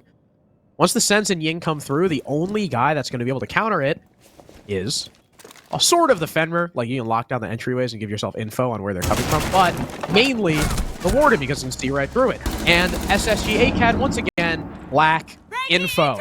Jetcon has no idea Kobe's in security, ends up dying for free, and with a minute and a half, Envy have equalized. Cam's gathered as well, albeit just a couple of bulletproofs for the most part for this bomb site. And once again, SSG ACAD running Maverick when there's been no Cade. It's definitely a little bit of a questionable one, I'll say that, but hey, I mean, better safe than sorry, I suppose. Minute 15 left on the round, and they do have some freezer presence still intact, but like you mentioned, they're relying heavily on this Ying and Sense, and with there still being the hard counter of Warden, once they figure out where these Candelas are coming from, I could imagine Diffuser just rotates and can be a real thorn on the side of SG Academy as they're trying to make space. Not only Warden, but the Wamai, too, who's probably got 3 or 4 discs up at this point, is going to be able to eat up a lot of that utility. We just saw a Candela get eaten by a Magnet. Now sub 1 minute, SSG ACAD look to start setting up for this execute. Flashbang's coming in, but Vil whiffs another one. That's going to delay the attack a little bit. Focal can't see the person shooting at him as more flashbangs come through. The Fenrir almost blind, but Focal gets blinded. He can't push through. Luckily, the Warden's refrag, so the Sen's strat a little bit safer, able to catch the Jaeger rotating through elbow too. Vil is stuck between 2 players. He can't win the fight. Envy shut it down because SSGA have no goddamn clue how to throw a flashbang correctly. The Ying Candelas and Flashes were more effective for SSG ACAD than they were Envy. That is just ridiculous. Like, they ran Warden last time. Why would you not think they would do it again? Because he only got 1 kill by Pillar? No. Warden's such a great operator for the basement floor because you can either run a C4 or a shield, which is always good to have, period.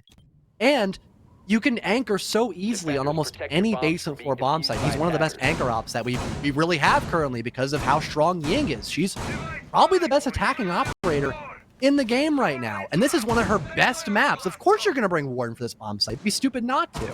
So the fact that they relied on the Sens and Ying play and almost the same kind of execute that they did back in round number 3. Yeah, the fact that they almost went for the same kind of play except no bunk presence, definitely an alarming instance for SSG Academy. And the fact they didn't find that 3rd round, it's now giving more opportunities for Envy to also maybe have a lackluster attacking half. If they just find those 2 default round wins, that's at least overtime guaranteed. And then we'll have to see how, of course, overtime pans out, unless Envy find more than the stock standard that you tend to see on Oregon. Another case on Oregon where Envy should probably be losing. The opposite team gives them so many opportunities to come back.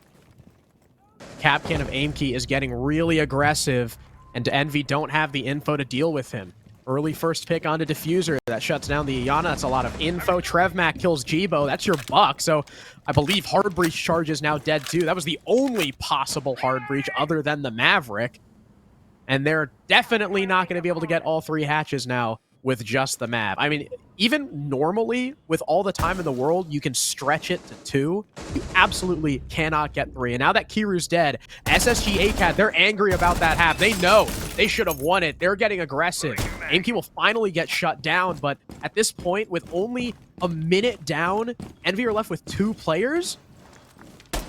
That's not great, John. Definitely not. SG Academy taking a page out of Envy's notebook, I suppose, getting really aggressive in the early round and hoping it works out. Nets them a pretty substantial man advantage and not many options left for Envy except to just walk down into the basement floor and hope that someone just isn't expecting them. SG Academy are playing so passive right now. Someone's tucked deep in a freezer. There's another guy behind the closet, another pillar. I mean, they're just playing off of natural cover and waiting for somebody to commit downstairs for the offensive side. And both the Maverick and Ash kind of isolated right now. That just gives more opportunities for SG Academy to take advantageous gunfights and just secure a round win. If they end up winning the gunfights, SSG ACAD cannot afford to give them straight up 1v1s because, as we've said before, if you give Envy the opportunities, they're going to take them. Benz is lit up to 1 HP, finally finished off by Jetcon. Trevmax got a long angle, but he lets the Ash escape, at least for now. SSG ACAD are looking to come back in this map, stop the bleeding after Envy's 4 in a row. It's all down to Kobe. 1 versus 4, and with 45 seconds left, it looks like he knows it's probably unwinnable. He'll take a pseudo tack timeout, discuss things with the rest of his team, and try and figure out how they're going to break SSG ACAD's top floor defense. Yep, some footnotes to, touch upon again once we go back to the basement floor later in the second half. But like you mentioned, more consideration regarding the top floor, since that's what we're going to see next. And just a nice scenic view of Oregon as well, really taking in the atmosphere of this map. SG Academy, of course, again, having a phenomenal roam off the back of Aimkey finding that opening gunfight, then relocating himself back up above. Oh, God, that's an awkward angle to look at the map from. But anyways, yeah, very successful roam by Aimkey. Not only that, but his teammates did not overstay their welcome above. They fell back down below. Everything went kind of according to plan when it comes to defending laundry and supply while also having somewhat of a roam clear, hoping to find those isolated attackers before they're ready to engage you, and then just having less utility for a very bunker-focused bomb site. Yeah, we will see that site of kids in dorms like we both talked about a minute ago. And now the Azami and Cade for the first time, I think, in this game will be in play. We've seen Azami, I think, once or twice beforehand in the first half, but Cade, that's a brand new showing so far on Oregon, which is a little shocking since he's really good on not just this bomb site here. So. They did run him on round 4. He had 1 Cade, yeah. Remember the they opened the attic wall with the Mav and it was electrified, and then Aimkey didn't have games open, so he just tried to swing in through the window. Yeah, so we've seen Cade once. This is our second Cade appearance. Trevmac. Again, like you mentioned, very good operator. You kind of force the Maverick pick. If Envy take him, No. is this going to be a no Mav? They have Jackal. That's dangerous. If you know where the Cade Claws are, pocket EMPs are enough. They're fine. They lay them long enough. Aces, No EMPs. Aces is fast enough. All right, they don't have EMPs. Nice. What the hell are they going to do about this Cade? Don't worry, though. Got 2 Claymores. 2 sets. Hell yeah. Jackal Claymore. No flanking. No flanking, no hop outs, no nothing. Not gonna be an issue. Cade Claw, however, yeah, big problem. They could literally just reinforce this rotate and put a Cade Claw. Sure, you can get vertical on it, but with a Cade Claw, that's so more challenging. It's such a hassle. Yeah, Wonder same if thing Treadmack with even the, wants to hop out here, go for a C4 toss. same thing with the games wall, right? I mean, it just goes on the wall, but you have to go in below in the classroom, make the And they have no nades for it. They'd have to use Zofia. Yeah, you're super exposed while you do it. Now, speaking of the Zofia, Fens lights Vil up to 1 HP, so at least they get rid of the Azami who's playing a trophy. They make Vil very low on health. I wonder if Envy are, like, planning to just walk into trophy. Because, I mean, they kind of have to at this like, point, Zoe's right? not below.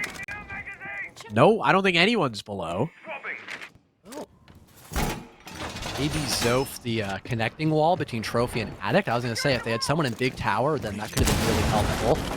But yeah, Addict looks like one of the only viable options they can go for. They win the first opening gunfight. That'll be Kiro, I think, on the roof. Yeah. Wow. He got the Addict cut off. That's hilarious. That's how Frost dies. Well, it's a good start for Envy at the very least, and yeah, they'll try to open up some of the Addict wall, but will most likely will need that Ace to rotate if they want to continue that attacking presence on that side of the map. Wait, how did Kiru die? Focal, no way Focal just swung him with the SMG-11 and killed that guy on the roof. I can't believe that if that's what happened. That's wild. Fen's almost able to cut down aim key too because the Capcan was just in the middle of the site. Trevmac very close on the wall. He reinforced off the head holes, it looks like. Or maybe that may have been reinforced to begin with. I was seeing things. Iana does confirm his location, so Trevmac's position is known, trying to take pot shots, evades the sight line of that Ace and the Iana. And like we said, it looks like Envy's game plan here is just going to come down to walking into the trophy door and maybe having someone come up lighter. It looks like that was Jibo. He's walked up and killed Vil on the white stairs, looking to push his way through, cutting off the whole bomb site. Fens lands another, but Aimkey steps up huge. 2 kills to make it a 2-on-2, and the Capcan traps. Another for Aimkey. It's all on Diffuser, trying to pre-fire a player in Kids that doesn't exist. Aimkey gets felled. 1 versus 1. Capcan traps right behind Diffuser, but Vocal's swinging! What are you doing? All you had to do is wait, but Vocal single-handedly throws the round away. Oh, it's such a facepalm. They denied the plant, but they still lose. That was such a clean round by SSG Academy, just waiting for Envy to push in. Aimkey finds 2 kills and a Capcan finisher.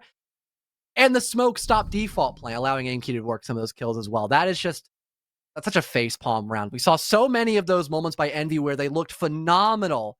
Or SG Academy, sorry, where they looked phenomenal in that first half and just, choke a certain position that cost them greatly, costing them that 4-2 half per se. And now it's starting to reveal once again when Envy is on the attack. This is ridiculous. I'm kind of speechless, Harrison. I don't really know what to say after that. That really was SSG Academy's, round to win. And they lost by 1 simple hiccup. The time was low. Diffuser was going to be forced into a planter push scenario. Yep. Why? I almost cursed. Why the hell is Focal swinging that? 5 seconds left. Are you a moron? Did you not look at the clock? Do you not know what position you're in? It looked like Focal knew where he was too. Like, you have to stare at one door, and then if he ends up shooting the Capcan traps, then you have to look at another. I really just do not understand the thought process at all. If there was a thought process to begin with, it didn't seem like there was. And now, instead of being a tie game, SSG ACAD trail by 2. They're down 5-3. Now, granted, they were in the same position on Kafe, and they came back on the defense to toss it to OT, but we might not need OT, or might not have needed OT if we end up there, if SSG ACAD were able to close out this round. And now aim key is going to be our opening pick. Getting tracked. Escapes? Out garage? Hold on. He's not dead. I think he just went into the basement. Aim key got away. Wow. Dodging the Logi bomb, the Jackal track as well, and Fen looking to hunt him down. I mean, hey, I gotta commend it. I think as he got Jackal tracked too, he was just trying to go for an aggressive kill before he died, but at least he got out with his life and will dodge the drone. I'd have heard him drop down the hatch, but so far, Aimkey is still going to be an active threat in this round, and JetCon wins the first engagement. He's hiding up in T3! Still there?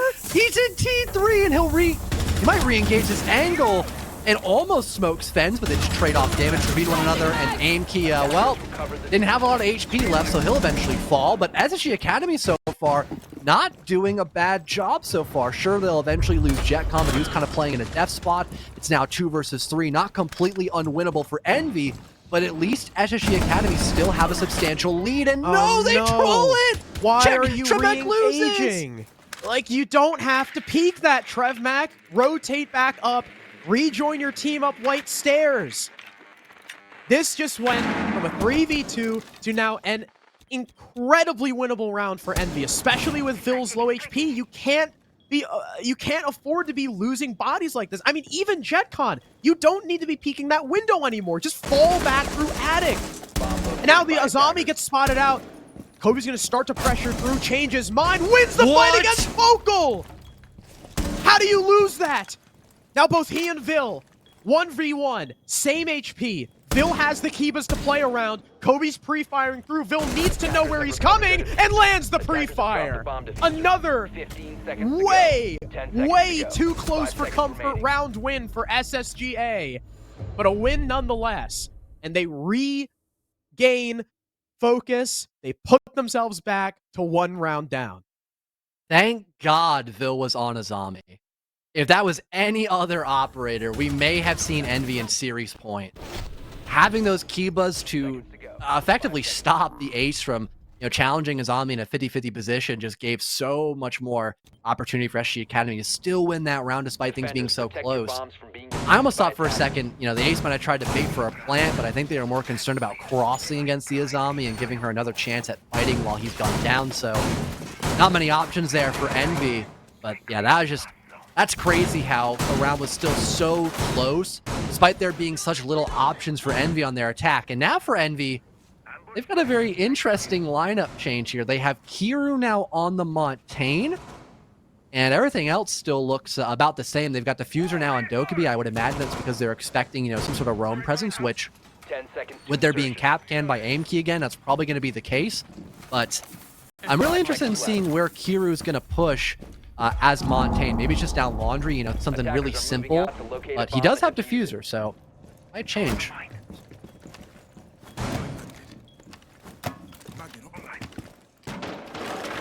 This match is just... This map in particular is just so much closer than it needs to be. It's literally a repeat of what we saw from Dilemma on this same map, where they have advantages and they are simply allowing Envy to come back in these rounds because they're getting ahead of themselves. They're swinging when they don't need to. Like we said, force Envy into the bomb site and they're not going to win. But if you give them the opportunities to find 1v1 engagements, they're going to take them and they're going to probably win them. And I don't understand why SSG ACAD keep playing this hyper aggro game. In the early round, sure, get your picks. We saw it, from JetCon. We saw it from Aimkey on round 7. Get your early picks. Just know when to hit the brakes and when to fall off. Montaigne dodging Fenrir Dreadmine and now being relocated, if not destroyed, by Envy. So move a bit further, basement 4, off the back of that, basically just out. Envy as well, also getting the Maverick to get back hatch opened up by Elbow. I don't think they know about Aimkey playing all the way in T3 despite the logic bomb going off. Just no one's close enough to hear that phone call going off. So there is an opportunity for a hero play later in this round. But if it's not, acted upon in time, that could still be a lot of moments where you see something happen. Has been dropped. He just stood in it! He just sat in the smoke. No, you don't do that, Kira. That's the Monty dead, and such a troll way to die. That's so unfortunate for Envy. Wow, Focal just went from throwing round 8 and almost throwing round 9 to opening pick on the Monty with one of those gas canisters. I think 2 gas canisters, a follow-up from TrevMac. And SSGA look like they've got their confidence back.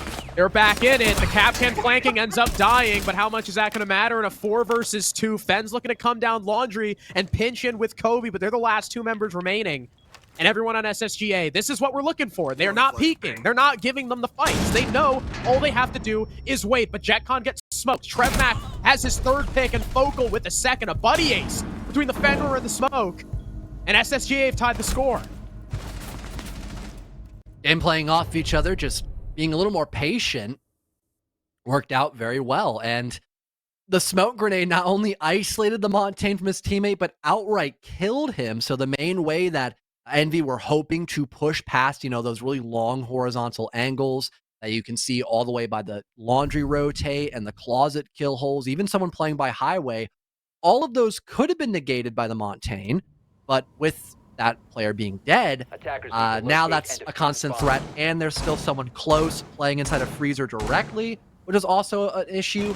And, adding insult to injury, they also had aim key flanking. Sure, he died, but that also gave an opportunity for his teammate to trade his body, which when you got a man advantage, that's really not a bad position whatsoever, especially for the defensive side as well. And now SG Academy are cooking. They are on dining room for their tertiary bomb site pick and going for a pretty common extension that you see inside a small tower nowadays with the help of that frost, deployable shield, and the welcome mats as well to waste a lot of time and resources. Only thing that you tend to see with it is, like a Wamai or a Jaeger, but that's not the case this time. So it might be a little easier to clear out that position, but still something that needs to be dealt with almost instantly by Envy if they want to go for a shower side. This is one of my favorite things to do in ranked. Play with the Mira, play with the shield on that table. You have the vertical holes on the windows in small tower. You have the long angle here. It's a really fun strat to play around. We'll see if it ends up working here in the semifinal. We've already heard a mirror window get opened, I believe. I think.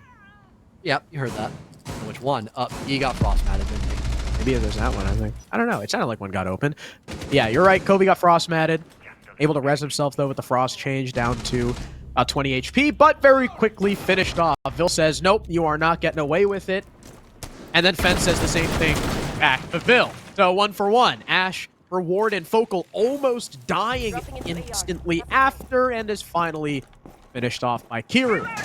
Less than a minute in, Envy have gone 2 for 1. And they're looking to start taking in through small tower. And the roaming Mira dealt with by Kiru, currently lurking down below and probably going to walk up white stairs momentarily once his teammates need his assistance. Still having one more Logi Bomb to work inside with those Lion scans as well. The flash is being popped out too. Loads of info and space being created by Envy as they'll try to tussle against TrevMac. He's in such a bad spot currently. So now you got the line pushing up. Beautiful shot landed by Fenn. There's a refrag attempted, but no! Aim key loses! That leaves just JetCon in a 1 versus 3. He spots the line for a brief second, but it's another collected by Fenns by the shower hallway. And Envy, I think that's series point now for them. It absolutely is. SSG now with their backs against the wall after Fenns lands an impressive 4K with that Lion DMR. And that's the hard thing about this site is you really need all hands on deck. Focal roaming with Mira, don't really know what the play is there. TrevMac has to worry about both the Mira playing the Mira window and the shield now because he doesn't have anyone with him. And you can see he was simply overwhelmed. Fenns, all he had to do was walk up the hallway. And then the refrag attempt from Aimkey. If Aimkey refrags there and Diffuser walks in and dies to the Frost in Kitchen, that's a 2v2. But Aimkey has not been having the best series, falling to 7-11. But at the very least, SSG ACAD have the benefit of going back to dorms, John. And if they win this round, they have another benefit of starting defense in overtime.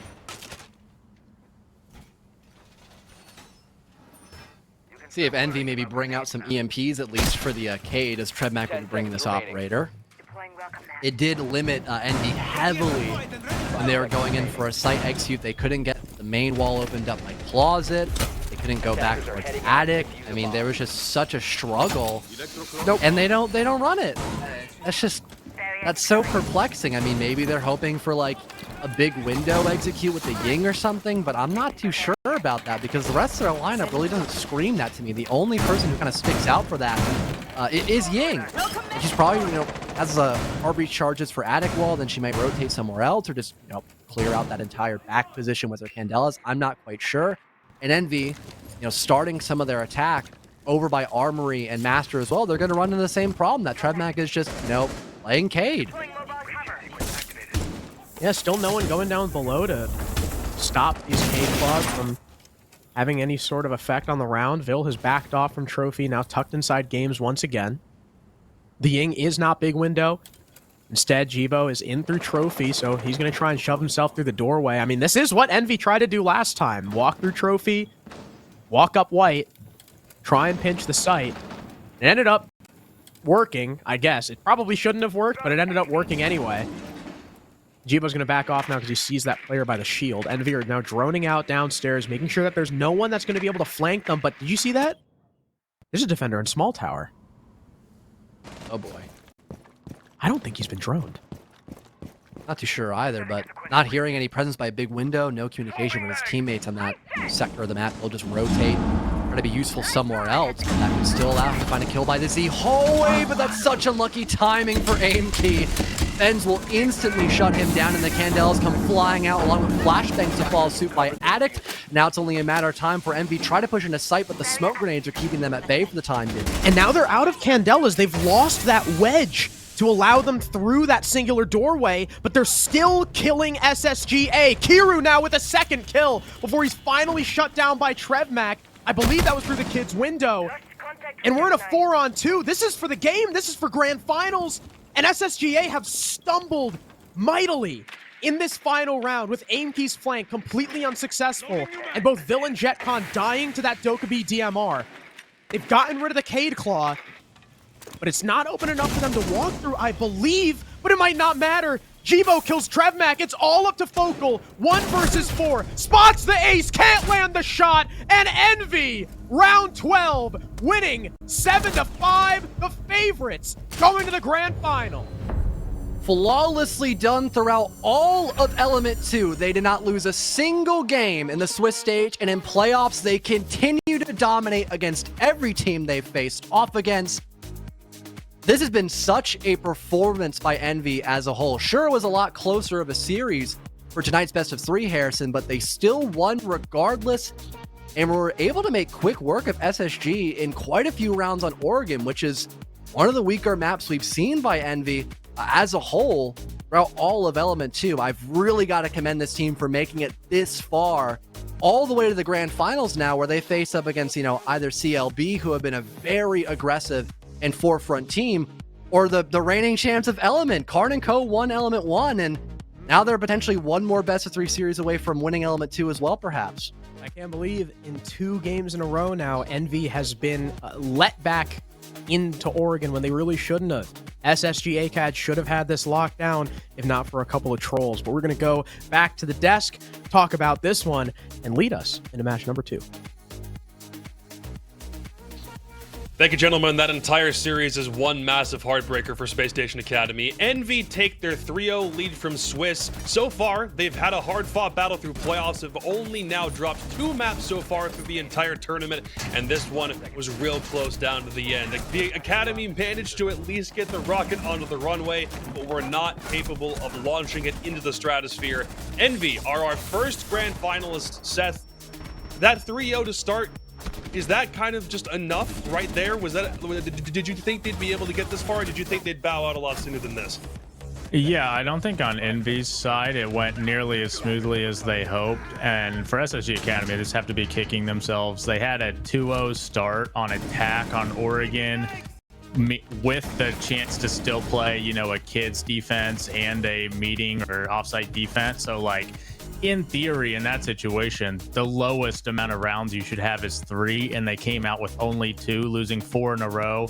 And then on the attack, the defensive side, Envy were able to kind of wake up out of their lull they've been in on the other maps and start putting some attacks together. So I want to say this is kind of what we expected. Obviously, Envy is the #1 seed, but it has been a nail biter. SSG did have some costly plays to turn the favor into Envy, and I think they need to maybe buckle down a little bit heading into tomorrow for the grand finals, because a lot of these mistakes they're getting away with, they won't be able to. Yeah, and you look at round number 8, the kids attack that Envy came away with. It's a 2v1 situation, and Focal does not need to swing. That was probably the biggest mistake that we saw out of SSG Academy throughout this entire series, and it happened at a very costly moment. All of a sudden, you go from, everything else stays the same, rounds 9 and 10 go your favor, you've confirmed at least overtime. And that's absolutely huge. At the end of the day, somebody like Aimkey didn't necessarily step up like we wanted to see. The rest of his team, they were doing pretty dang good. Everybody's getting around 9 or 10 kills, looking really solid across the board. But SSG, they just didn't have enough oomph. They didn't have that big marquee matchup player that was able to just step up and elevate the rest of the team. Instead, it was Aimkey, who we know is a good and phenomenal player and that can step up. Maybe the lights were just a little bit too bright. Well, there's a lot of reasons for why we should, and we will continue to talk about it, Spacestation Academy, probably for only tonight, because now they're gone. There's not really all that much else that we have left to say, but talk about this Envy team, because think about where these guys were in Element 1 or just prior to that. 2 of these players got disqualified from the original team that they were on. 2 of them weren't even playing. Fens was only a quarterfinalist team on Osiris, and now this entire package is suddenly coming together. They're going to the grand finals of the biggest Tier 2 tournament North America has seen. Connor, especially as somebody who's been following these people for a long time, in what universe did you think they'd be able to make it this far? Yeah, I said that this was a dark horse team going back to the start of the season. I did not think they were a grand final team. I thought they were maybe a semifinalist, and that's like a hats off to you. That's a great run, but they're pushing it even further. The development that these players have shown has been phenomenal and such a treat to watch. The way that they're playing now here in the semifinals as opposed to what we saw in the quarterfinals means that they're still able to just continually grow and develop. They're playing a little bit more just tight. It seems like they're gelling more and more as the season continues. And when you have players that can step up, like Kobe, like Fens, even what we've seen so far, where he pops off when he's needed, this team almost feels like the sky's the limit. All right, let's get Kira in here to talk about exactly how he and the rest of the guys are feeling. Dude, if you can hear me, first off, congrats. I don't know what on earth has to be going through your head at this point. Is it a lot of excitement or is it cool? Tell me where your head's at right now after going to the grand. I'm stone cold right now, I can't even lie. Just another day in the office.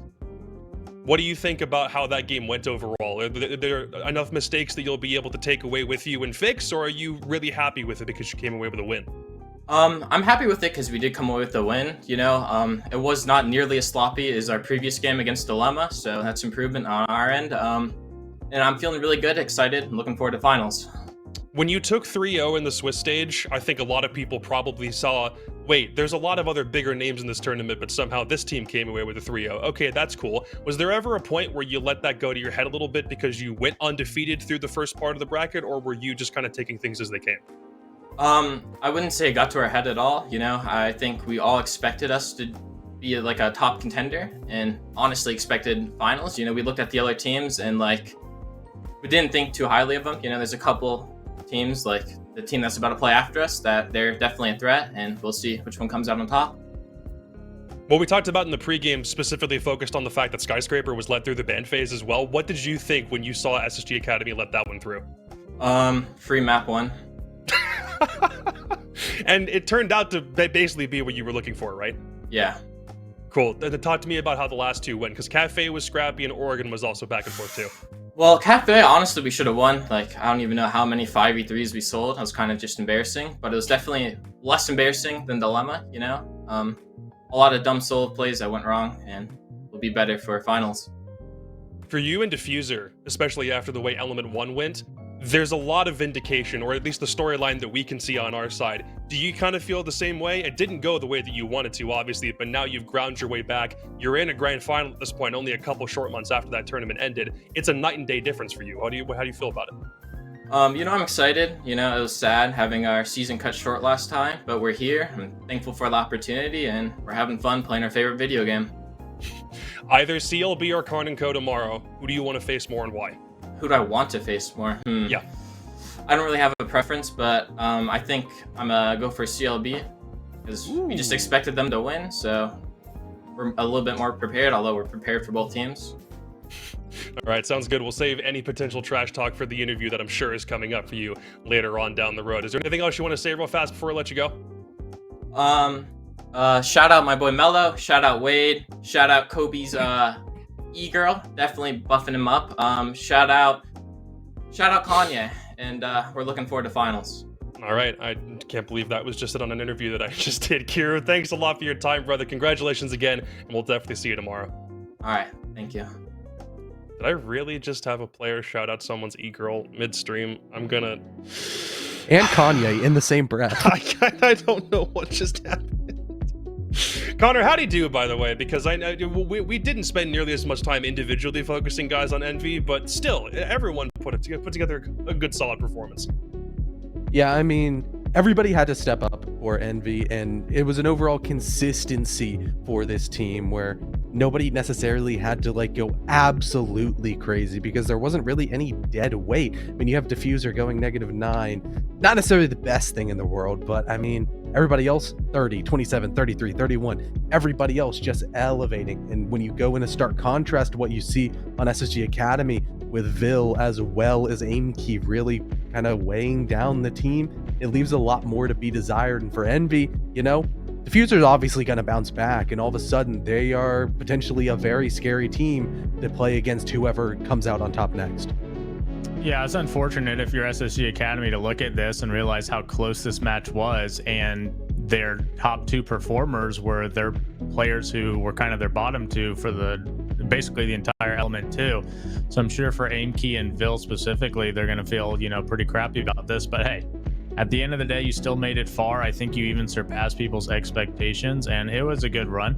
But, you know, Envy's just a better team. They were a better team in Swiss stage. They've been a better team up until this point, and it's kind of what we expected. They are the #1 overall seed for a reason. And yeah, I think on the side of Envy, it's a good sign to me that Diffuser was their worst player today, because typically Diffuser is one of their best players. Kobe's been keeping up that performance. They even had a player like GBO today step up and be one of their, I think he was their highest rated player, when typically he's kind of the forgotten man on the team. They have a real collective effort that I like to see, where it feels like everybody's pulling their weight. And I think that's what they're going to need tomorrow to have a real shot against CLB or Karn & Co. Everybody show up and everybody perform, because an off day from like a player like Diffuser tomorrow, you know, I don't know that they're going to have the same amount of leeway to get away with that. Every single player in this lobby today set a new career record simply by getting all the way to the semifinals. Anyway, congratulations to Team Envy for being the first team to make it to the grand finals. But coming up next, the game I think a lot of people immediately assume is grand final quality. It's happening just one game before semifinal number 2, Certified Lover Boys against the reigning Element 1 champions, Karn & Co. Right after the break. Don't go anywhere.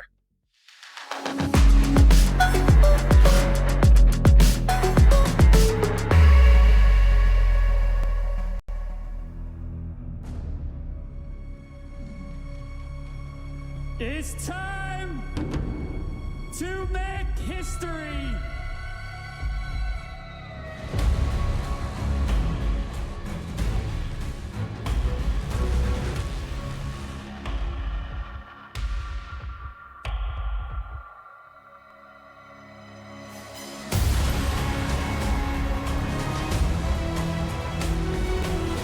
One behind a solid wall, the pings, they're all in his favor. There's a C4, but Souls does not